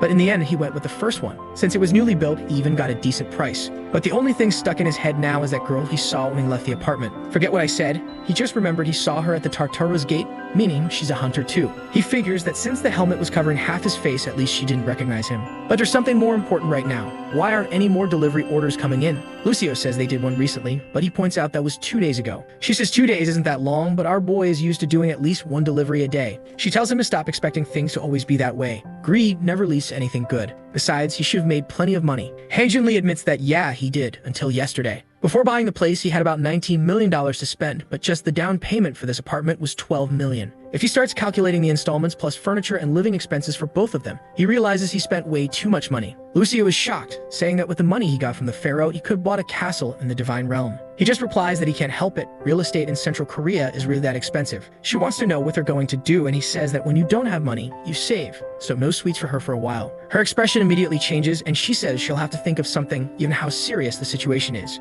Then she gets an idea and asks why he doesn't start doing door-to-door advertising. There's no rule against them looking for work themselves. They could go directly to Hephaestus and ask which gods he thinks might need their services. He messes up her hair, saying that damn, she's actually smart. The problem is, how are the two of them supposed to get to Olympus? She says that since he always goes, it should be fine, but our boy explains that when he accepts a delivery, he gets teleported instantly. Poor thing, she looks completely disappointed. The scene then shifts to a helicopter, where teams 1 and 2 of the Young One Guild are arriving. A total of 45 hunters have been summoned. The number 2 of the guild, Aaron Barrick, our boy's neighbor, was there. Obviously, Seongjun was there too. He then tells everyone to remember that today they're heading toward the recently appeared gate. It's time to leave all past failures behind and once again show the glory of their guild. Everyone raises their fists, cheering with excitement. Then he calls for Arin, and the helicopter takes off. Inside the cabin, he asks if it's true that she believes the motorcycle guy moved in next door to her. Man, the girl has a photographic memory and says yes. She's not entirely sure, but it seems to be the case. The poor guild leader is devastated after spending $1 billion resources searching for the bastard. He just moved in next to her. He asks if she's absolutely sure, and she says yes. Damn, this girl's a genius. At least now, Team 1 knows it'll be easy to find the guy. So the focus now is to take care of this gate. Meanwhile, Arin is thinking that this must be the person who soloed the 8 trigrams. Is she seriously excited to fight him one day? Come on, girl, I want romance. Not this crazy battle obsession. Back at Hephaestus' forge, our boy arrives. But unfortunately, this time it looks like he didn't come for work. The lights are even turned off. Lucio is freaking out, saying they should leave before they get punished for trespassing without permission. Our boy says there's no need for that, especially since she's the one who taught him how to get here. Still, Lucio insists, saying they're being extremely disrespectful by barging into someone's home when they're not even there. He realizes she's being a total hypocrite since she's the one who called the forge an old hag, which is way more disrespectful. That's when someone steps on his back and demands to know who dares to trespass on his property this early in the morning. Obviously, it's just Hephaestus, and our boy greets him. The god immediately comments that he doesn't remember requesting any delivery, so why is he here? Our boy, all cute. Too cute for my taste, says he's here to ask for a little favor. The dwarf wants to know what it is, and our boy says that before that, he thought it'd be rude to come empty-handed, so he brought something impressive. The god asks what it is, and our boy proudly presents a fresh bottle of soju. He remembers how much Hephaestus liked the beer he brought last time, so now he brought something new to try. The god pretends not to care, but immediately tells him to just ask the favor. He'll help. Hae-jin Lee then asks if he knows any god or goddess who might be interested in a delivery service. The little dwarf thinks for a bit and says some names come to mind, but there are some details. The deliveries he knows of are extremely dangerous. But Hae-jin Lee is fired up and says no matter the job, he'll get it done. To him, nothing in this life is more dangerous than being broke. Hephaestus then says that since the kid thinks he's ready, he'll teleport him now. With a flash of blue light, Hae-jin Lee tries to ask which god it is, but it's too late. He's already been sent away. In the blink of an eye, he appears in a dense forest, completely lost. How is he supposed to do the job when the old man didn't give him a single detail? That's when the system suddenly alerts him. Danger detected. As soon as Hae-jin Lee turns to the side, he sees a glowing red eye staring at him. A massive, 3-eyed demon boar is charging straight at him. Hae-jin Lee braces himself, knowing there's no way in hell he can dodge in time. Until someone hidden in the bushes releases an arrow, hitting the creature square in the head, making it crash to the ground. Our boy turns around, asking what just happened and if that thing is really dead. That's when a familiar blue glow pops out of the bushes, all happy, saying, "Woo, that was close. Almost turned you into a human carpet." He's shocked. He didn't even know she came along. Lucio responds that the moment he disappeared, she teleported right after him. It was a close call, but she's impressed that he took down such a beast, one of the most feared creatures in this place. That's when Haejun Lee, still shaking, says he wasn't the one who killed it. Then someone behind them says, "That would be me." He hadn't realized there were other creatures in this area besides the wild boar. Man, I don't know why this old guy is showing off his shiny abs, but Haejun Lee, just like us, finds this dude weird. And the guy comments on seeing a human and a nymph in this place. Our boy is just staring because the top half is human, but the lower half is all horse. That's when his phone pings with a notification confirming he's arrived at his destination. Whoever this crazy old dude is, he's today's client. The old man then says that very few people ever reach this place and asks who they are. Lucio, the moment she sees that it's a centaur with a limping leg, calls our boy over and says she thinks she knows who he is. There was Jason, leader of the Argonauts. Achilles, the hero of the Trojan War, and the greatest warrior of all, the one who led Olympus to victory against the giants Hercules. All three of them were trained by him. He is Chiron, mentor of the greatest heroes. The guy immediately pulls out his bow, aiming at them, asking if she really just had the audacity to say Hercules' name in front of him. He already has an arrow locked in, asking if they have any idea how much suffering that idea put him through. Haejun Lee tries to explain that they're not here because of Hercules. They were sent by Hephaestus. That seems to calm Chiron down for a moment, until suddenly, he fires a barrage of arrows at them, yelling that they must think he's some kind of fool. Luckily, our boy's enchanted gear helps him dodge, but the entire forest gets shredded. Sometime later, inside Chiron's house, they're sitting on the floor and he finally explains how they ended up there. Chiron finds it interesting. He knows Hephaestus wouldn't casually mention his name to just anyone. The problem is that no matter how he looks at this kid, nothing about him screams hero. But on the other hand, he's traveling with a nymph. Even the most celebrated heroes rarely had an ally like that. Meanwhile, Haejun Lee is asking Lucio why this guy won't believe them when they've already explained everything. To which she responds that she has no idea. She heard that this man was supposed to be kind-hearted. That's when Chiron makes his decision. He's going to believe them. They celebrate, relieved. Then he asks if it's true that they can retrieve anything. Our boy says almost anything, and with that, Chiron decides to give him a chance. He grabs an empty container and says that if he heads north, he'll find a massive lake. He's supposed to go there and collect some saliva from the fool that resides in that area. Our boy takes the jar but gets a little freaked out by the word saliva. Wait, does this guy seriously want him to fill this thing with spit from something? Chiron says that's exactly what he wants and asks if the boy has a problem with that. Haejun Lee thinks this is kind of a weird invasion of privacy but shrugs it off, saying they'll get it done quickly. Of course, he's not about to miss a chance to make some cash. Chiron watches, thinking the kid is an idiot for heading to that place without worrying about the dangers lurking there. At the same time, though, it's the perfect way to see if he's trustworthy. If he manages to complete this task, then the next mission will be the Frozen Mountain, an impossible challenge for humans. But he's confident the kid won't even make it to the cave. That's when Haejun Lee activates his suit and launches into the sky. Chiron just stands there, looking like a fool, as our boy flies away with Lucio in his arms. After using the suit so much he's already getting used to its effects, he can now maintain his speed and reach the cave in one go. The ascent is fast, and in just a few seconds, he's already standing right in front of the cave. He deactivates the suit, leaving 32 seconds of flight time saved. Lucio, on the other hand, is completely dizzy and about to throw up. As they step inside, Haejun Lee says that now that they're here, it's time to collect that saliva. The problem?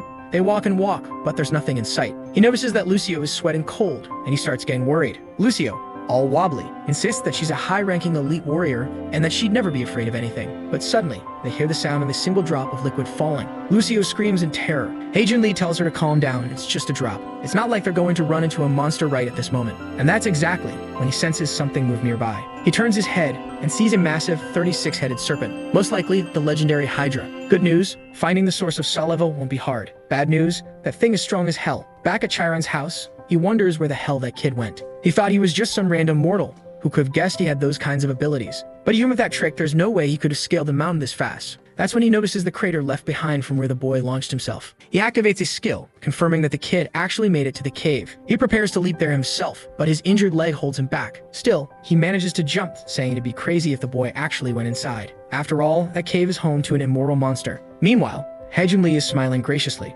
Or, well, not really. He knows his chances of dying are ridiculously high. A second later, he's sprinting for his life with Lucio in his arms, cursing Chiron for setting them up. Sometime later, the Hydra is scanning the area looking for him. He's hiding behind a rock, whispering that they just need to wait until it falls asleep. But Lucio is shaking and says she knows all about this terrifying serpent. The creature standing before them is a Hydra. She asks why the hell he took this request from Chiron. He says it's not his fault, as if he would have accepted if he knew this was the monster. That damn centaur tricked him with the way he worded it. If only he had his helmet, you have a chance. But right now, he's completely trapped. That's when a notification window pops up. In case of emergencies, you may use the teleport service. It's not a teleport for himself. Instead, he can spend 5,000 points to transport items from the shop to his current location. The problem? 5,000 coins cost $35,000. He bought that helmet replica for just 800 points. This is daylight robbery. But he doesn't have much of a choice. His life is worth more than that. So he grits his teeth and spends the 5,000 coins. The helmet materializes in his hand. Lucio is stunned, asking how it just appeared out of nowhere. Heijun sighs and says, what disappeared was my damn money. He puts on the cursed helmet and says, all right, Hydra, open wide. He starts walking straight toward it. Lucio freaks out, asking if he's lost his mind. She warns him that the exit is in the opposite direction. He says he knows that, but he's going to handle this.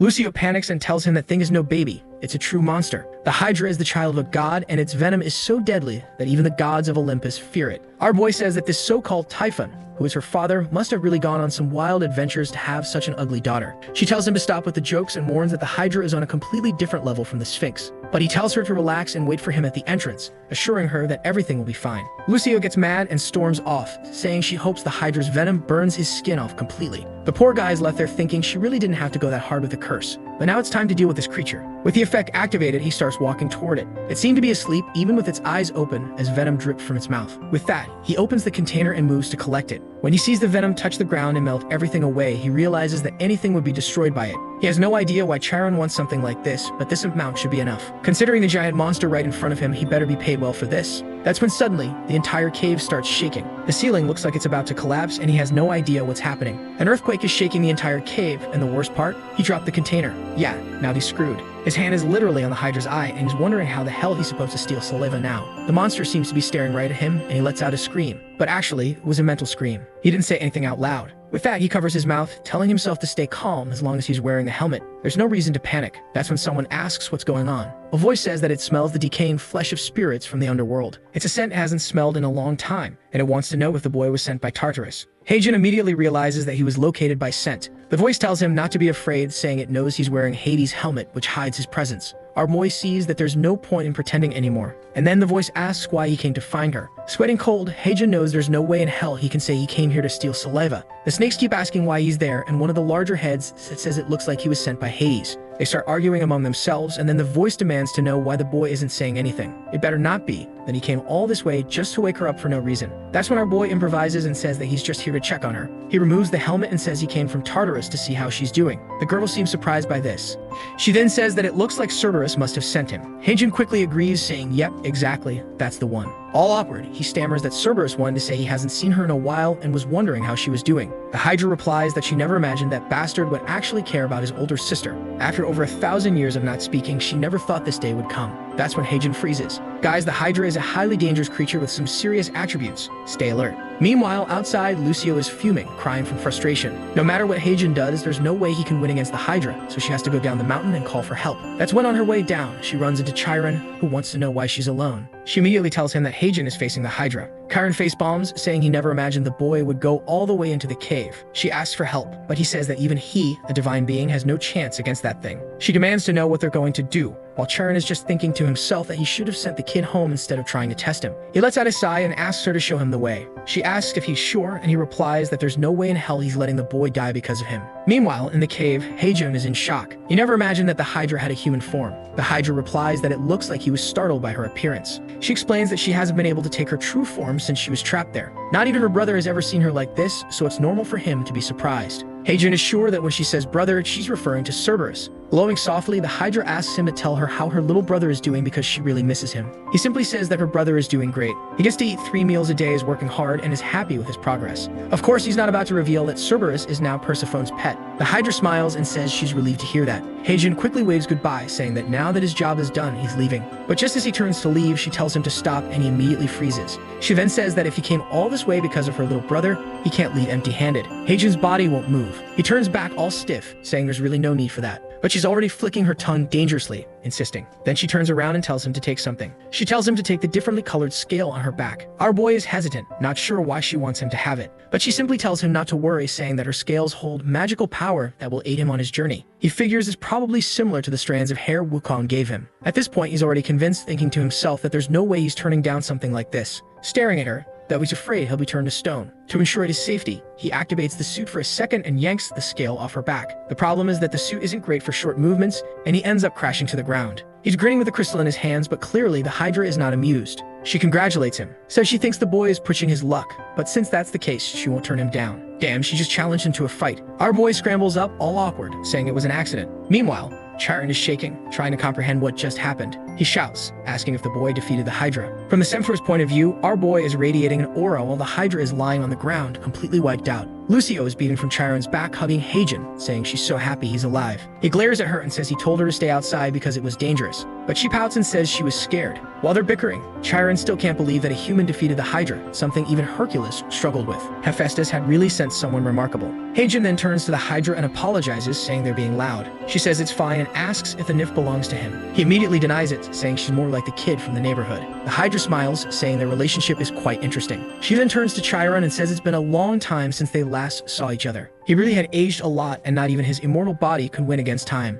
Or perhaps it was her venom finally wearing him down. Heijin is confused and wonders if something happened between them. Lucio giggles and says he really doesn't know anything. Their story is well known. It involved Hercules, an arrow coated in Hydra venom, and the end of Chiron's immortality. But that was all an accident. On the battlefield, countless centaurs lay dead on the ground. One of them was Chiron, an arrow lodged in his leg. Maybe it wasn't an accident. Maybe it was karma. The price he paid for raising the monster that was Hercules. At Olympus, standing before a throne, someone called him Chiron the Wise, and asked if he truly wanted his immortality removed. Kneeling, Chiron said yes. He begged Zeus to remove it. He could no longer bear the pain. Zeus paused for a moment, then said, "Very well." As a token of gratitude for training so many heroes, he would receive an astrological sign. Chiron wanted to know what that meant, but Zeus simply said, "You will not die. One day, you will understand." The centaur tried to argue, but it was already too late. That was the day his life as Chiron the Wise ended, and he ascended to divinity, becoming the commander of Sagittarius. From that day forward, he became Chiron the Mythic. Back in the cave, the Hydra says that her venom is a death sentence for any creature. That's why she's so impressed that he's still alive. He must be using every bit of his mythical power just to stay standing. Poor Chiron is clearly struggling and says that her tongue is still as sharp as ever. Maybe he should cut it off. The Hydra smirks and says his mouth is dirtier now. As far as she remembered, he used to be a gentle soul. She then turns to Heijin and asks if his name is Heijin. He nods. He's organizing two very important things, and a light flashes, blinding him for a second. Then the Hydra raises a small vial and says she knows he came here for her saliva. Chiron asked him to retrieve it. Our boy asks if she knew from the beginning. She laughs, saying, of course, because he reeked of Chiron. She then turns to Chiron and tells him to come take it. But Chiron hesitates and asks what she wants in return, because he knows she wouldn't just give it away for free. The Hydra sighs and says that everyone always treats her like some terrible villain, but she reminds him that she never poisoned him. That was Hercules. Heijin, completely overwhelmed, realizes that this completely rewrites the mythology. After explaining the real story, he's still shocked. The Hydra then holds out the vial and says she's been waiting for this moment, for him to finally come collect it. Chiron hesitates for a second, then takes it from her hand. He uncaps the vial and drinks it immediately. Holy hell. I don't know if that was an antidote or not, because his whole body starts burning. The venom seems to be spreading even faster through his leg. His vision blurs and he collapses. Seeing this, Heijin freaks out and asks what the Hydra did. That's when he hears a laugh. Chiron is on the ground crying in joy, saying that his leg is finally normal again. For 3,890 years, he had endured that pain in the world of mythical creatures. He had long forgotten what it was like to live without agony. The Hydra, all gentle now, pats him and says she can only imagine how painful it must have been to live that way. Heijin and Lucio rush over, calling out to him. Sometime later, at Chiron's house, they're sitting around wondering why he's taking so long. Maybe the old bastard doesn't want to pay them for their hard work. Lucio, though, tells him to stop accusing an honest person like Chiron. Heijin deflates. He probably doesn't even deserve to get paid, since it was the Hydra herself who handed over the saliva. The poor guy sits there feeling like a complete fool, realizing he has no argument. That's when Chiron opens the door and apologizes for making them wait. It took way longer than he expected to find what he was looking for. Our boy was about to call him out for taking so long, but Lucio covers his mouth and says they were waiting patiently. She asks if he was looking for his bow, and he confirms. This bow was originally meant to be given to Hercules. However, he believes it's more suited for Heijin. Our boy, being a complete idiot, is annoyed, saying he would prefer to get some points, but he's sure Chiron is a bad negotiator. Thinking it's just some random item, he accepts it anyway. But right at that moment, the door swings open. They both ask who's there, and a man walks into the room, apologizing for barging in like this. Lucio seems to recognize him, and damn, the guy is holding a sword, dripping in pure swag. This is Ares, the god of war. Heijin, still clueless, mutters that he only knows this guy is Olympus' biggest troublemaker. Lucio warns him to be careful because Ares is currently the prince among gods. Being the son of Zeus and Hera, he's the son of a king and a divine queen. Ares comments that it's strange to see a mortal with a nymph. He asks if he's Heijin Li. Our boy confirms, and suddenly Ares lunges forward, saying he's finally found him. Heijin doesn't stand a chance, but then Ares collapses to the ground, begging for help. Our boy is completely lost. At 27 years old, Heijin Li became the first human to make a god kneel. Sometime later on a train, Lucio comments that this weird car is super fast. He tells her that it's not a car and tells her to keep her voice down because there are other passengers. Our boy is exhausted because he just finished one job and is already on another. That's when a notification pops up on his phone, minus 100,000 coins from Chiron plus a 100,000 bonus. Heijin's fatigue vanishes instantly until the guy sitting behind them tells them to stop yelling. Lucio laughs at him for getting scolded, but our boy doesn't care. He just made $1.5 million. Now the only problem is this urgent mission saving Ares Hunter in 5 hours. Back at the house, he asks what the hell this job is about. Ares explains that he hired a hunter, but when he checked his location, the guy is marked to die today. Heijin asks why Ares doesn't just handle it himself. Lucio explains that this violates the law of causality. Chiron clarifies that it's forbidden for gods to interfere in the life and death cycle of humans. No matter how hard it is to accept, all gods understand that fate isn't in their hands. However, Ares insists this is different. He can't let this hunter die. He bet everything he had on this person. There's a type of mythic level hunter. Basically, gods can invest points into hunters to grant them more power. As the hunter gains fame, the god earns more and more. On the other hand, if a god invests their points into a hunter and they die before completing their mission, it's like investing in cryptocurrency and losing everything. Chiron tells him he's crazy for betting everything on a single hunter. Turns out Ares is a gambling addict. Ares is shaking, begging for help just one more time. Not only did he invest his own points, but he used his father's points too, without even knowing. Heijin and Lucio are shocked, because if Ares is talking about his father's points, that means he just wasted Zeus' entire fortune. Back on the train, our boy mutters that he's not a miracle worker. How the hell is he supposed to protect a hunter with mythic level talent? On the other hand, since this is an urgent request and Ares is paying, it's bound to be worth it. Lucio asks where they're heading. Our boy shows her the ticket to Busan. Inside a cave, monster corpses are scattered everywhere. Seongjin yells for everyone to get ready. The next wave is coming. The entire guild goes on high alert as the beasts charge in. But damn, Seongjin cuts through them effortlessly, like slicing butter. Could it be that this bastard, who has all the mythic points, is just mowing down enemies like nothing? The problem is that no matter how many monsters they kill, the waves seem endless. Erin, our boy's future waifu, is also there, slicing through them all. Seongjin asks how things are looking, and she says that for now, at least the back of the cave is clear. He tells them to use this chance to catch their breath. Everyone sits down in the cave resting. The leader wants to know how far they are from the boss. A teammate says they should see the door soon. Even though they were struggling, it's impressive that they made it this far in half the usual time. Seongjin then says he heard that 6 rank hunters had to retreat, so the boss must be insanely strong. A teammate explains that the boss is a 10-meter tall creature. The group would have stood a chance if they encountered the boss at full strength. The problem is, by the time they find it, they'll all be exhausted. Seongjin commends them for falling back and calling for backup. Then he stands up and says it's time to keep going, because he wants to get home as soon as possible. The group walks forward, stopping in front of a massive door. They know the boss is right behind it, and everyone gets ready. As the door begins to open, Seongjin tells the tanks to take the lead. Inside, they find themselves in a cavern even bigger than the last one. The strange thing, however, is that there's nothing in the room. They look around confused, wondering what happened because they're certain this is the boss room. Suddenly, a few drops fall onto Erin's clothes. She wonders why water is dripping from the ceiling and looks up. Her expression immediately changes and she yells for everyone to retreat, but too late. A wave of purple liquid rains down on them. Seongjin shouts for her, but at that same moment, several adventurers start getting pulled away. He turns to the guy who gave them information and demands to know why everything is different from what he described. The guy starts trembling and suddenly tentacles burst out of his mouth as he whispers that he brought everything his mother asked for. At that moment, it's clear this was a trap. Above them, a massive gelatinous creature covered in countless eyes stretches its tentacles downward. The scene shifts to a beach. Our boy and Lucio are standing there staring at the portal he has to enter to save, well, whoever it is. Yeah, like it's some NASA-level secret. We all know who it is. Lucio, frustrated, demands to know why she can't go with him. He explains that she needs to be realistic. This gate is the second biggest after Tartarus. He knows she's mad because he nearly died yesterday, but the problem is he only has one helmet. Then he gets an idea and hands her some cash, saying she can use it to buy all the sweets she wants. But Lucio throws the money in his face, saying she's not that easily bought. He shrugs, saying that's a shame, because with that money, she could buy 50 pieces of candy. Her expression immediately changes upon realizing just how much that is. While she's processing that, he steps into the portal, telling her to remember, if she meets a stranger, send them away. A flash of light, and he finds himself inside the dungeon. As he walks, he notices that this time it's some kind of cave. He steps on something gross and wonders what it is. That's when he notices a pile of dead monsters up ahead. Now it makes sense why the people inside are in danger. There are way too many monsters here. The problem is that now he's here too, and he'll have to get through all of this. If he had his motorbike, it would be easy, but it's not here. Not to mention, his suit is still on cooldown. It's been 10 seconds since he entered the dungeon and he's already out of options. That's when the shop menu pops up, reminding him that he can always buy something in an emergency. For a second, he gets excited. But when he checks the store, his motorbike costs 100,000 points to summon. What kind of bike costs 1,000,000,001? As he's complaining about the price, someone approaches him from behind. The person asks what he thinks he's doing and he jumps from surprise, accidentally tapping the motorbike purchase. It's Lucio, saying there was no way in hell she was letting him go alone. And just like that, there go 100,000 points. He demands to know what she's doing here. He already told her she couldn't come. Lucio, as stubborn as ever, says she already told him she was coming. Poor Heijin is giving her an earful when suddenly something glows beside them.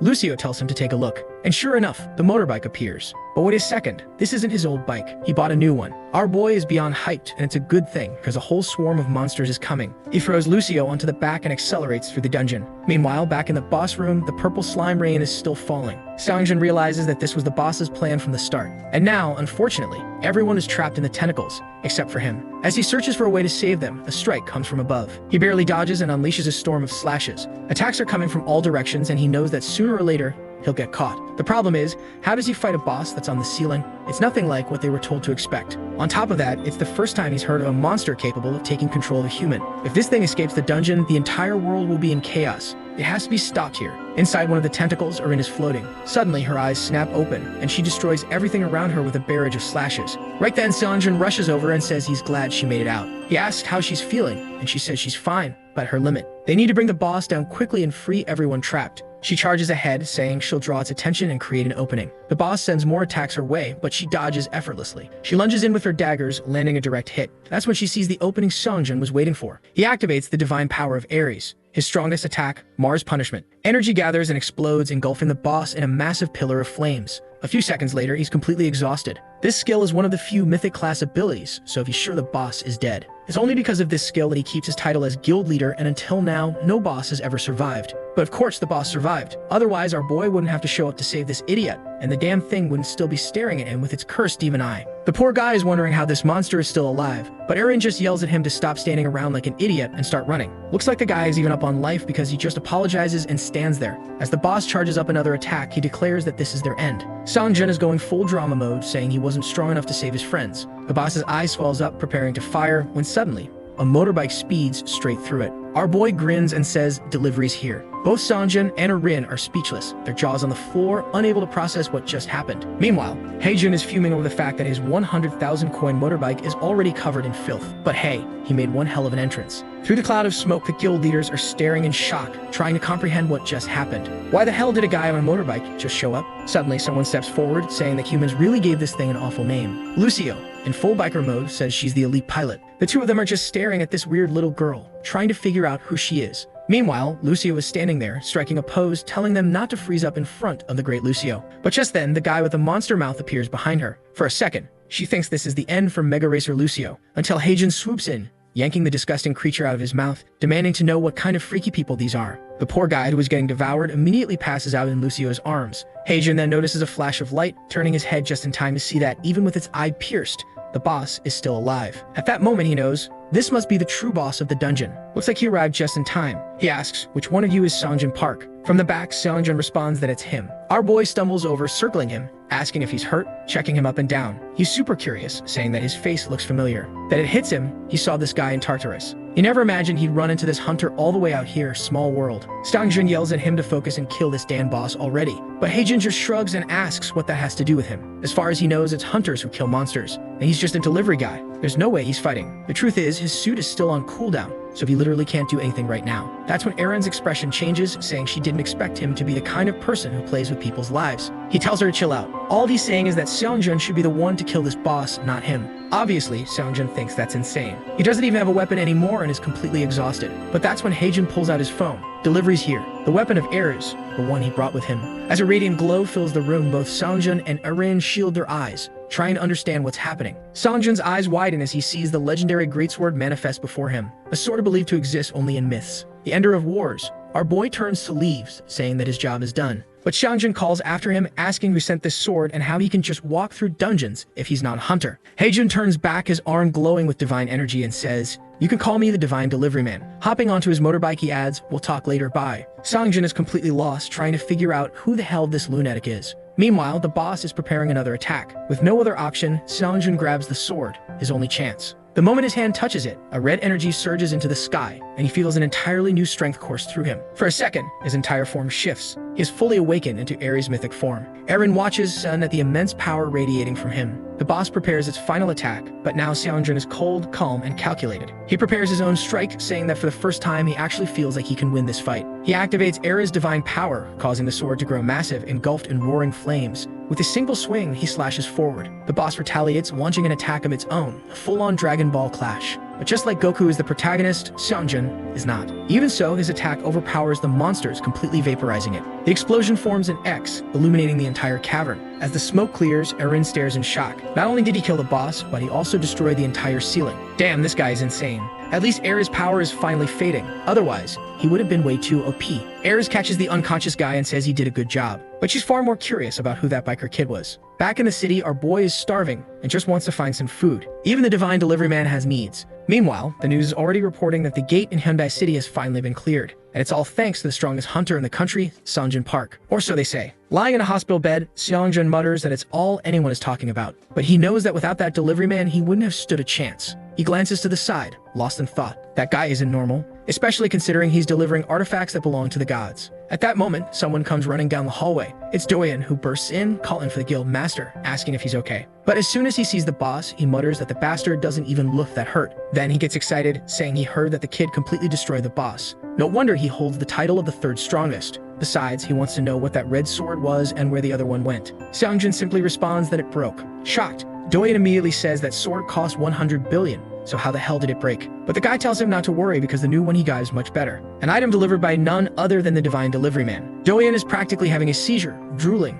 Who knows what's going through his head? But Seongjin says it's good he's here because he needs a favor. Now that he knows the identity of that guy, he wants Doyen to find his address. Doyen asks why, and obviously the boss wants to recruit him into the guild. The scene shifts to the temple of Ares. Ares himself walks in, grinning, saying that since the kid came back, he must have delivered the sword. Our delivery man tells him not to worry, that he delivered it smoothly, and that the hunter is alive. Ares relaxes, saying it's no wonder the kid has such a solid reputation. Then he tells him to come inside because he wants to give him his reward. The kid smiles, thinking there's no way he's falling for a trick from Olympus' biggest troublemaker. Meanwhile, Lucio tells him to show more respect since this man is a prince of Olympus. That's when Hajin Lee suddenly remembers, right, this guy is royalty. They walk through the temple while our boy curiously glances around. Suddenly, Ares stops and calls for Lucio, telling her to wait there for a bit. Only Hajin Lee is supposed to follow. The poor girl doesn't even get an explanation and our boy just waves goodbye. They continue down the temple's corridors and suddenly, Hajin looks up, startled. The door in front of him is massive and Ares says it weighs 3 tons. Our boy asks how they're supposed to open the Hunter x Hunter style door, to which Ares replies, just use Nen and boom, the door opens. Obviously, the amount of treasure inside is absurd. Everything in there belongs to the heir of Olympus and the god of war himself, Ares. Of course, our guy immediately wants to know how much all of this is worth and asks if he can pick anything. I thought Ares would be stingy, but he actually tells him he can choose whatever he wants. Then he crouches down, saying he knows something good and pulls out a golden box. Hajin Lee asks what it is, and the guy says he doesn't know either. Our boy wants to know why he's giving him something like that then. To which the god responds that even for him, this item would be considered a rare treasure, so it's best to keep it. He doesn't know exactly what it is, but he guarantees that whatever it is, it's definitely not useless. After all, it was given to him by a god of Olympus, who said it was one of the most precious treasures he owned. He's curious about it himself, so he's sure it must be a great reward. However, judging by Hajin Lee's expression, it doesn't seem like anything good. He says it's garbage and Ares tells him to show it. So our boy pulls out a tiny wooden stick, maybe a reference to that other work where a level 99 wooden stick became overpowered. Out of nowhere, the scene shifts to a vast ocean, where a large ship is sailing and a man shouts that they have a problem. They run into a group of sirens and yeah, that's definitely a problem. Poor Jason, he's about to fall for their song. The scene shifts back to our boy smacking Ares with a stick. Everything is a mess, but we're back with our boy waking up. His body is exhausted. Looks like he slept for a long time. After getting a wooden stick from Ares, yeah, weird, he went home, passed out, and now he's waking up to Lucio dreaming about sweets. He tells the cursed child to wake up, but then realizes she's probably really tired too and tucks her in with a blanket. Sometime later, at a convenience store, he buys an energy drink and some chocolate, picks the cashier, and glances to the side. A poster announces that the hunter exam is coming up. It's in 3 days, but becoming a hunter is something he's never even considered. The problem is that it's getting harder and harder to enter and leave dungeons while keeping his identity hidden. Maybe he should give this hunter thing a shot. He heads home, Lucio asks for sweets, and he says he brought something good. But then a system notification pops up. It's a request from Hephaestus, and he tells her they'll have to eat later. With his new motorbike, he arrives at the scorching hot location, greeting the dwarf god. The little guy is happy he arrived so quickly, and our boy asks what's up. Hephaestus says that lately, everyone's been talking about how he saved Chiron's leg and helped Ares. Hajin, looking all awkward, says he didn't think the news would spread so fast. It was all just luck. Then he asks what today's delivery is, and the little dwarf glances behind him. A man approaches, and Hephaestus says he arrived at the perfect time. At that moment, Lucio looks startled at the man's face. And as always, Hajin has no idea who it is. Hephaestus, then says this guy is as fast as lightning when it comes to sea deliveries. His name is Jason, and he works for Argo Deliveries. And just like Heijin, he has no idea who this guy is. I checked Google and found out that he really is some kind of mythical sailor from the Argonauts. I still have no idea what that means exactly, but apparently he exists. Well, not exists, because it's mythology, but you know, he exists in mythology. He introduces himself to our boy, saying he can call him the Great Adventurer. Man, I can't believe I actually Googled him, just to have them explain the whole thing to me now. But basically, Jason has a group called the Argonauts, which is made up of a bunch of travelers and Avengers. Jason thanks our boy for healing his adoptive father's leg. Then he asks if they can get straight to business, and Heijin says that's fine. That's when Jason reveals that his company is facing some problems. Unfortunately, a bunch of sirens have appeared along their route, and they can't get through. In the past, whenever this happened, they had Orpheus to deal with the sirens. But right now he's away on a long business trip, so there's not much they can do. That's when Jason heard rumors about the Great Delivery Man and came to talk to our boy. Heijin Lee asks if the guy is seriously asking him to handle the sirens, to which Jason replies that yes, that's exactly what he's asking. But our boy is confused. Is he a delivery guy or an exterminator? Why does everyone keep trying to hire him to kill things? Jason tells him not to get discouraged, saying that once he hears the reward, he definitely won't want to refuse. Turns out, the mission to take out the sirens is worth 500,000. Damn, but still, killing sirens? That's kinda harsh. They're cute. Well, sort of. But obviously, Heijin is pretty motivated to take them out for that kind of money. That's when Hephaestus reminds him that sirens live in the ocean, so it's going to be really hard for him with just a motorbike. Our boy is so lost in life that he didn't even realize sirens live in the sea. Come on, man. But Hephaestus tells him not to worry because he has the perfect magic for this. Already on the ship, they're approaching the Melodic Isles. Jason explains that they're just up ahead, and Heijin tells him not to worry, he'll take care of it. Jason thanks him and says that once he gets back, they'll send a boat to bring him to shore. Right then, our boy jumps in, calling for Lucio. Wait, did he activate his bike? Hold on, is this bike aquatic? Ah, sneaky move. His hat is buffed with water magic from Hephaestus. Basically, it's Naruto's water-walking jutsu, but for his motorbike. Lucio, however, warns that he clearly doesn't know what a siren really is. He's imagining some kind of hot mermaid with a fish tail. But Lucio tells him he has no idea how dangerous their songs are. Even the great hero Odysseus had to plug his ears when sailing past these islands. A small group of these creatures could easily take down a kraken. Heijin tells her not to worry, he came well prepared. When it comes to handling violent monsters, there's nothing better than beating them senseless. The sirens are lurking in the water, whispering among themselves that a nymph and a human are approaching. They start diving into the ocean, saying they'll have to deal with him. Our boy is casually cruising on his motorbike when Lucio suddenly warns him that something's coming. And then, bam! The creature opens its huge mouth, revealing a horrifying monster. But before it can do anything, Heijin swings his wooden stick right into its face. Yep, that's exactly what happened, folks. No other interpretations needed. He remembers Ares telling him not to worry because a gift from Zeus is bound to be incredibly powerful. So he asks the siren how it feels to take a hit from a plus 99 enchanted wooden stick. But the siren just blinks at him, completely unfazed. She says it felt more like getting hit with one of those foam pool noodles. That's when Heijin suddenly recalls Ares' smug face and realizes he's been scammed. This damn stick is useless. Sometime later, the sirens are searching the area, wondering where the two disappeared to. Our boy is hiding behind a rock with Lucio, helmet activated. He asks how things look, and she says that all the monsters went in the opposite direction, so they're safe for now. Right in front of them, though, is the siren's nest. And he remembers what Jason told him. Instead of fighting them all, it's easier to just kill the queen. Because the queen falls, the rest of them lose their power. Lucio, however, says this plan is insane, especially because Ares' stick is worthless. Heijin grips the stick and says he really wants to beat that bastard up. But at the same time, he still has the store. There's nothing in this world that can't be solved with money. And just like that, a golden orb of Zeus thunder appears. And yeah, obviously, it wasn't cheap. Asterisk asterisk 150,000 points. Asterisk asterisk roughly $1.5 million.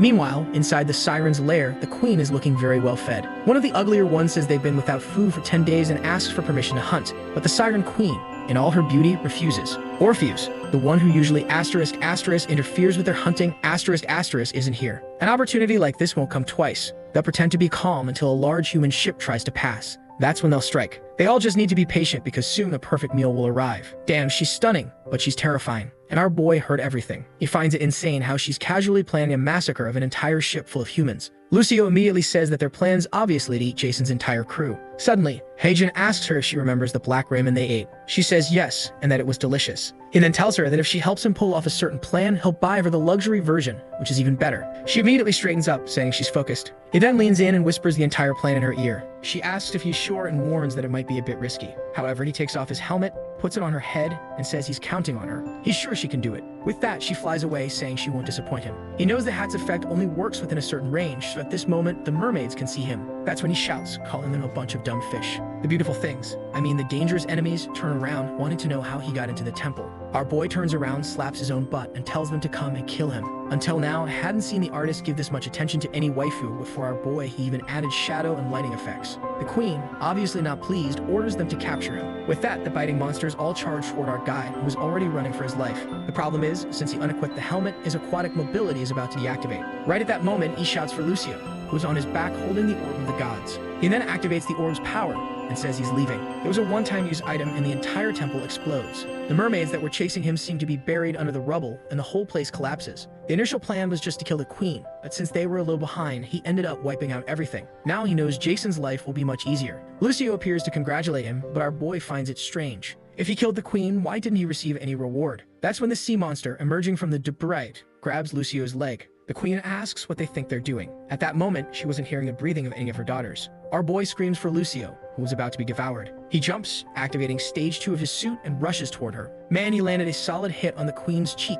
telling her to get away from Lucio. The fool spun around in the water from the impact. Our boy is impressed with the power of the suit's second stage. The problem is that now the queen had disappeared. When he looks underwater, she suddenly appears right next to him. Man, she grabbed his leg, and I don't know if that's good or bad. Yeah, considering she pulled him down into the water, I think it's bad. The kid is being dragged into the depths. She warns him that she'll keep pulling him to the bottom of the ocean until he dies from lack of air. Man, Hajin Lee gets all dramatic, wondering if this is really the end for him. He just managed to buy his first apartment and still has so many points to spend. He didn't want to die, and he wouldn't accept dying like this now. It was about time to smack this boss down. At that moment, his great club was in overload mode, running at 100% power. He slammed it into her head so hard she looked messed up, my god. Her whole head was trembling, and followed up with a relentless combo, smashing her face with the club. The beating was intense, the ocean glowed, and Lucio was shocked to see our boy safe. With the big club in hand, he declared that justice had been served and the mermaids were defeated. Sometime later, at a Chinese restaurant Lucio was eating, she said that this fancy dish was really delicious. Our boy smiled, saying he was happy that she liked it. From now on, if she ever wanted something, all she had to do was ask, and he would pay for it. He knew there was a high chance things could have gone wrong, but thanks to Lucio, he managed to survive that ordeal and take down the sirens. Of course, he still takes credit for landing plenty of hits on the queen. Then he tells her to have fun because she deserves it. After all, the bastard has 633,000 points. If he converts everything into cash, the boy has $6 million. Even considering the 150,000 he had to spend to buy Zeus power, he still made a huge profit. Fighting monsters really got him interested, and that's when he remembers the hunter exam. Lucio asks what that is, and he jokes that it's fried pork, but to come over and dip it in the sauce. When they're at the restaurant, she says it's delicious, and he tells her the whole plate is hers. Too lazy to keep dipping in the sauce, she decides to pour everything onto the plate. But he immediately smacks her on the head, saying that's bad manners. Sometime later, they're back home, exhausted. She ate a ton, and he tells her she went overboard. These past few days, he's been working hard, so he was thinking about taking a vacation. But right then, the doorbell rings and someone asks if he's home. He drags himself to the door, saying yeah, he's coming. When he opens it, there's someone there wearing a mask, glasses, and a beanie, asking if he's Hajin Lee. Our boy immediately assumes it's some weirdo and slams the door shut, saying he's not interested in buying anything. The person insists, but our guy is pissed, since when do door-to-door salesmen even know your name? Lucio asks who it is, and he says it's some annoying salesman. Meanwhile, the poor guy is banging on the door, saying he knows exactly who Hajin Lee is. He's the divine courier. Now he's screwed. The guy really knows who he is.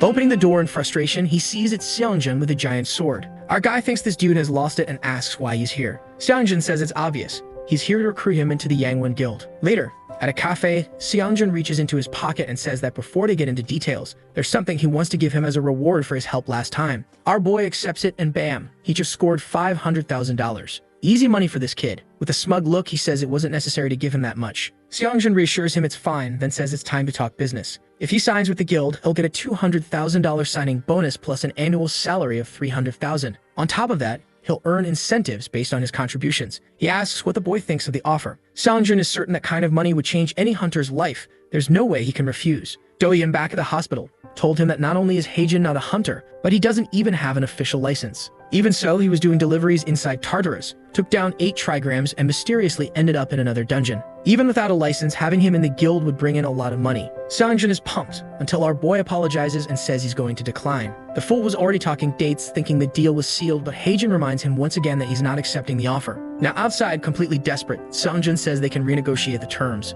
But our boy says he's not interested in joining any guild. The guild leader wants to know what he's doing that's better than this life-changing offer. Our boy shows him his phone and says, obviously, his deliveries. The moment he accepts a request, Seongjin is blinded by the flash, and our boy vanishes. The scene shifts to the middle of the mountains. Lucio comments that he said he was going to rest today. Dripping with sweat, he says that was the plan. He figured the damn customer who made the request would be at the top of the mountain. Usually, when he accepts a request through the phone, he gets teleported straight to where the person is. However, for some reason, this time he ended up at the base of the mountain and has to climb all the way up. It's that damn Seongjin's fault for trying to recruit him into the guild when he has no interest at all. He has some suits with cooldown times, but he doesn't actually have any powers. Besides, he can make way more money with deliveries than with that offer, so Seongjin can go screw himself. Sometime later, they finally reach their destination. Both of them are exhausted, but suddenly, his expression changes. Right in front of him, there are giant dark slimes with a bunch of eyes all over their bodies. As he wonders what the hell this is, she says she has no idea either. Then, while walking around, he steps on one of them and feels the same sensation as with that monster he encountered in the dungeon. He asks if she knows what kind of creature this is from mythology, but she says she's never heard of anything like it. Just as she says she has an idea of what it might be, the ground suddenly starts shaking. The monster rises up behind him, and our guy thought they were all dead. But then someone with a golden body approaches and throws a punch that makes everything explode. Haejin Lee is completely startled, and the man says he's way too old to be fighting like this. With long hair and covered in scars, he sighs and says his body isn't what it used to be. Turning to his radio, he comments that he's heard a lot about the kid.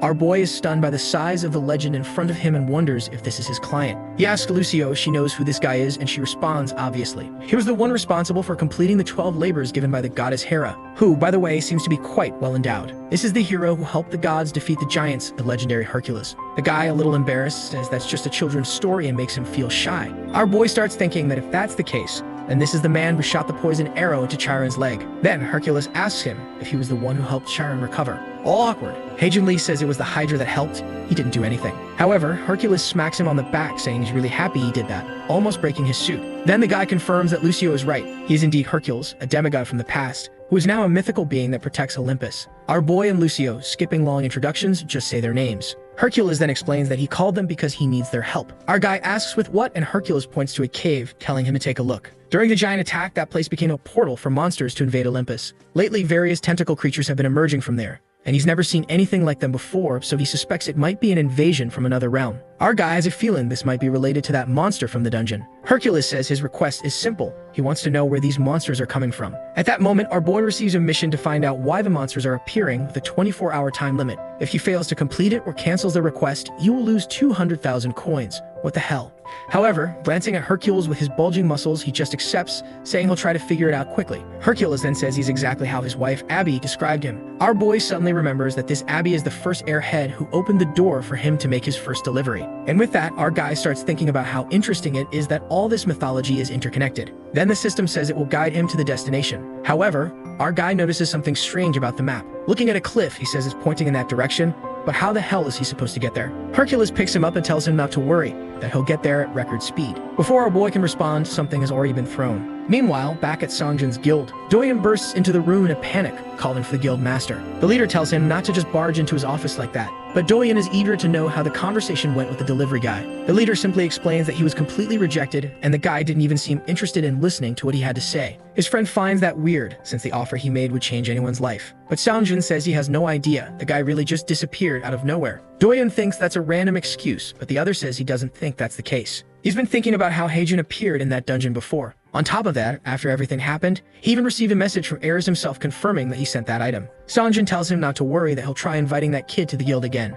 Meanwhile, he's just chilling, playing his Dark Souls, sneaky bastard. At that moment, Doyeon comments about how his sword is still in perfect condition. Since he got Ares' sword, obviously he sold the old one, which was also worth a fortune. The plan was to use part of that sale to recruit our boy, but, well, he told him to go screw himself. Doyeon then says that apparently, he hasn't heard the news. There's a guy from Japan who seems very interested in buying it. The leader comments that if that's the case, it's time to start preparing for the shipment. That's because recently, every time an extremely expensive item is sold, there have been thefts along the way. The sword he used is a valuable item, so he can't risk having it stolen. He thinks about hiring someone, and that's when he remembers. Our boy is a delivery guy, and with that he tells his friend that he just got an idea. Back with our boy, who was thrown by Hercules and ended up in the middle of the ravine. The poor guy had his head all twisted, trying to figure out why he got tossed like that. That's when the system notifies him that he's actually almost at the location. Afraid of having every bone in his body shattered, he pulls out his little motorcycle midair. Dude, he's accelerating straight down, then boom. Not sure that was a good idea. Smoke rises, but it turns out the bike has some insane shock absorbers. The boy knows he only survived because of that. Hercules almost killed both of them. He even tells poor Lucio, who had passed out, to wake up because they've arrived.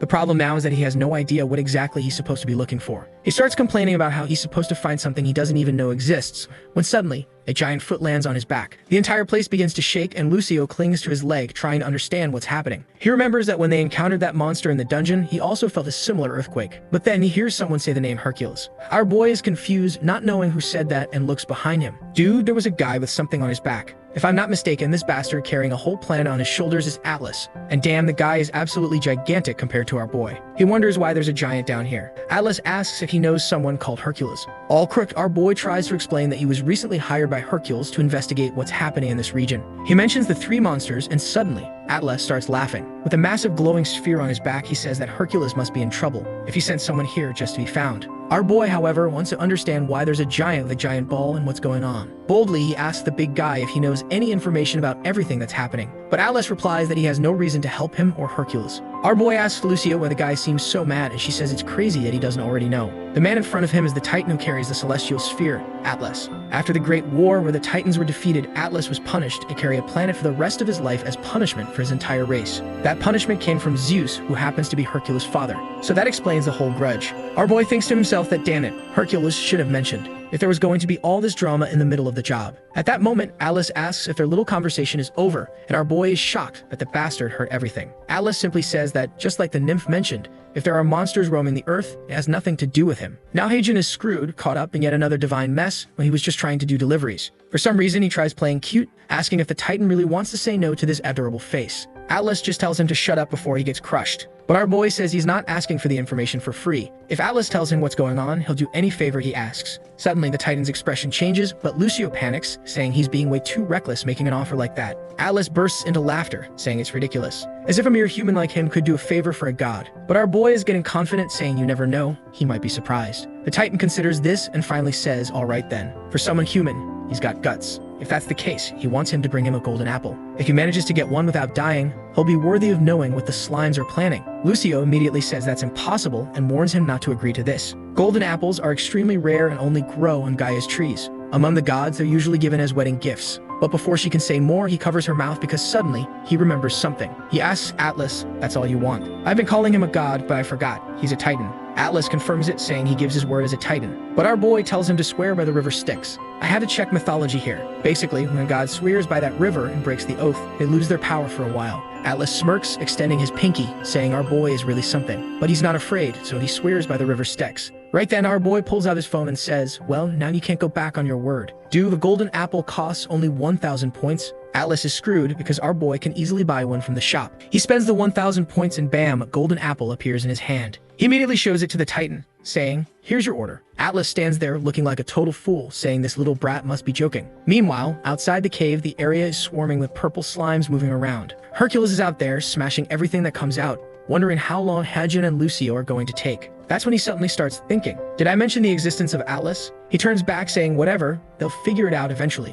when suddenly, a blue light flashes in the distance. Someone is coming to full speed. It's our boy blazing through the sky on his motorcycle. Now his suit merges with the bike, forming the full body combination. He arrives in record time. Hercules is already getting ready to congratulate him, until the wheel slams right into his face. Dude, our boy just crashed into a god. He's standing there looking like a fool, but honestly, I think he did it on purpose to get revenge for getting thrown. A while later, he's face down on the ground, apologizing, saying it was an accident. Hercules says he doesn't care. It's not like the kid could actually hurt him. But our boy tells him his face doesn't look too great. With his face and finger all bent out of shape, Hercules insists he's fine, as if he's totally not injured. Crossing his arms, he says Heijin took so little time that he's sure he didn't get any information. It was definitely a suicide mission. Thinking back, Hercules is certain that damn Titan is still mad about the day he went and stole a bunch of golden apples. Honestly, it's pretty messed up to steal golden apples from the guy who literally can't put the giant ball down. Hercules then says, fine, since Heijin at least tried, he won't be punished. Until our boy casually reveals that Atlas actually told him everything. The god doesn't believe him at first,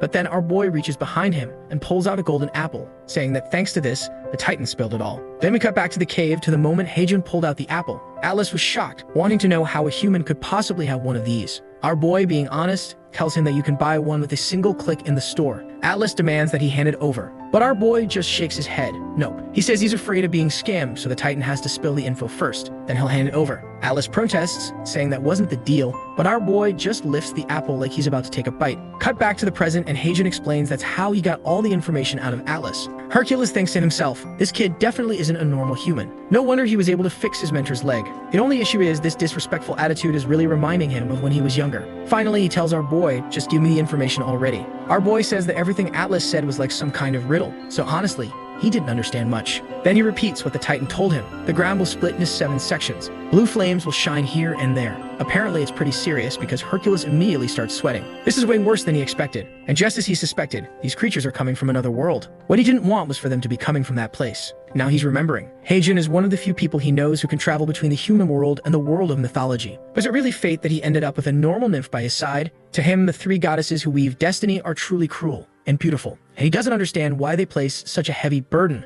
on the shoulders of a young human boy. Man, now I'm curious too. At that moment, our boy stretches out his hand. Hercules asks what it's for. Obviously, Heijin says he doesn't want to have to repeat himself. It should be pretty clear what he wants. He finished the delivery, so it's time to get paid. Sometime later, sitting on top of the defeated creatures, Hercules is lost in thought when someone suddenly appears, asking what he thinks of the kid now that he's met him in person. It's Hermes, waving as he shows up, saying he just arrived after the 2 left. Hercules addresses him with respect, but Hermes tells him that's not necessary. Even so, the buff dude says he can't treat him as an inferior. After all, Hermes helped a lot with the 12 labors. Hermes sighs, saying he's not here for small talk. Also, Hercules needs to stop ignoring Ares. Hercules just shrugs, saying he doesn't care. That guy's always looking for a fight and disrespecting him, so he's just not talking to him anymore. Hermes laughs, saying Hercules really doesn't know how to make friends, and asks if he's still not on good terms with Atlas. Hercules immediately says no way in hell he's going down there to apologize to that damn bastard. Then Hermes asks, the place Atlas described to the kid, is it the one we're thinking of? Hercules repeats the riddle. The ground will split into 7 parts with fire, and he knows it's that place, because the prophecy literally talks about it. Hermes lifts his staff ready to fly, saying if that's the case, they need to start preparing. He says he'll go warn people, but Hercules tells him not to worry. He knows the kid is the one responsible for all this. But Hermes just grins, telling him to relax, being the messenger is his job. And with that, he takes off, telling Hercules to say hi to the old man for him. As he leaves, Hercules activates his aura and looks over the creatures that appeared,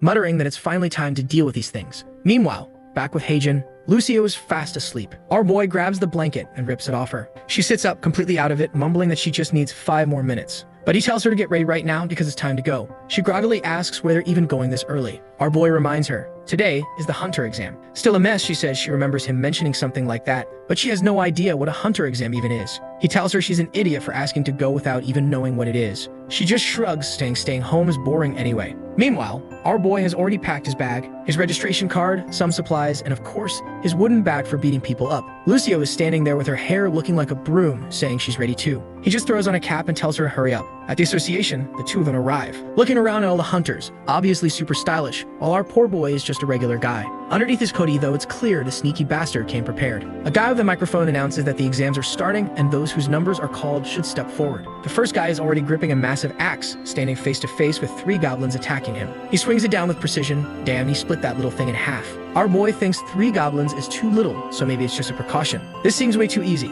Any normal person could take down 3 goblins. If that's the case, he figures the test isn't about whether you can kill, but how you kill. Then they call number 38, that's him. Looks like the hunter test is straight up a UFC ring fight. Standing in the octagon, her boy's plan is to pass smoothly without drawing attention. But the moment he activates his suit among the crowd, there's a red-haired recruiter. Isn't that the woman from the enemy guild? Maybe she was dangerous. Damn it, the chapter switched to another character. Just showed Heijin already. Some dude just obliterated the goblins with his fists, and now everyone's hyping him up. But the chubby dude munching on Doritos says sure, he looks strong, but he's still missing that one thing every hunter needs. The blonde guy agrees, maybe they still haven't found the real standout candidate. Then the redhead tells the 2 old guys to shut up, but she roasts them too, saying these guys aren't even worthy of being recruited into a 2nd-tier guild. Yep, the redhead is Jua Han, the same one who caused chaos with the Black Dragon Guild. This world is lawless. This woman massacred a bunch of hunters, ruined everything, and she's just sitting there calmly judging newcomers. She wonders how things even got to this point. Not long ago, the Black Dragon Guild was the 2nd best in the country. With her dragon tattoo on her thigh, she was highly influential. But after that controversial incident with the 8 trigrams, it lost tons of supporters. Now she's stuck recruiting new members. I'm right here, recruit me. She sighs, hoping she can at least find someone decent. Then it's candidate 38's turn. Lucio is cheering for our boy from a distance while he stands there, all crooked. He wants to pass, but he really doesn't want to stand out because that would just complicate things. The goblins charge at him while his whole plan is not to draw attention. Problem is, his suit activates danger detection and he dodges at the last second. He starts noticing that these guys are way slower than those sirens he fought. He could probably dodge them even without the suit. The dangerous redhead is watching, saying number 38's movements are interesting. At the same time, she starts feeling like there's something familiar about this guy. Heijin still has an attack, he's just dodging effortlessly. After a bit, he decides it's time to land a single punch, just enough to kill without making a scene. But the moment his hand makes contact, the goblin disintegrates in front of him. Immediately, she recognizes him. That's the one she was looking for. A bit later, someone congratulates our boy and hands him his badge. Apparently, he got the third highest score ever recorded. They're sure he's going to be one of the best hunters in the world and congratulate him again. Heijin thinks this whole process of becoming a hunter was weirdly anticlimactic. Meanwhile, Lucio congratulates him, saying he was amazing, but now it's time to go eat. He grabs her and says they're going for pork. Then someone appears. They introduce themselves, saying it's a pleasure to meet him. She's got fiery red hair, red eyes, and introduces herself as Juahan from the Black Dragon Guild. Our boy immediately recognizes those curves and knows damn well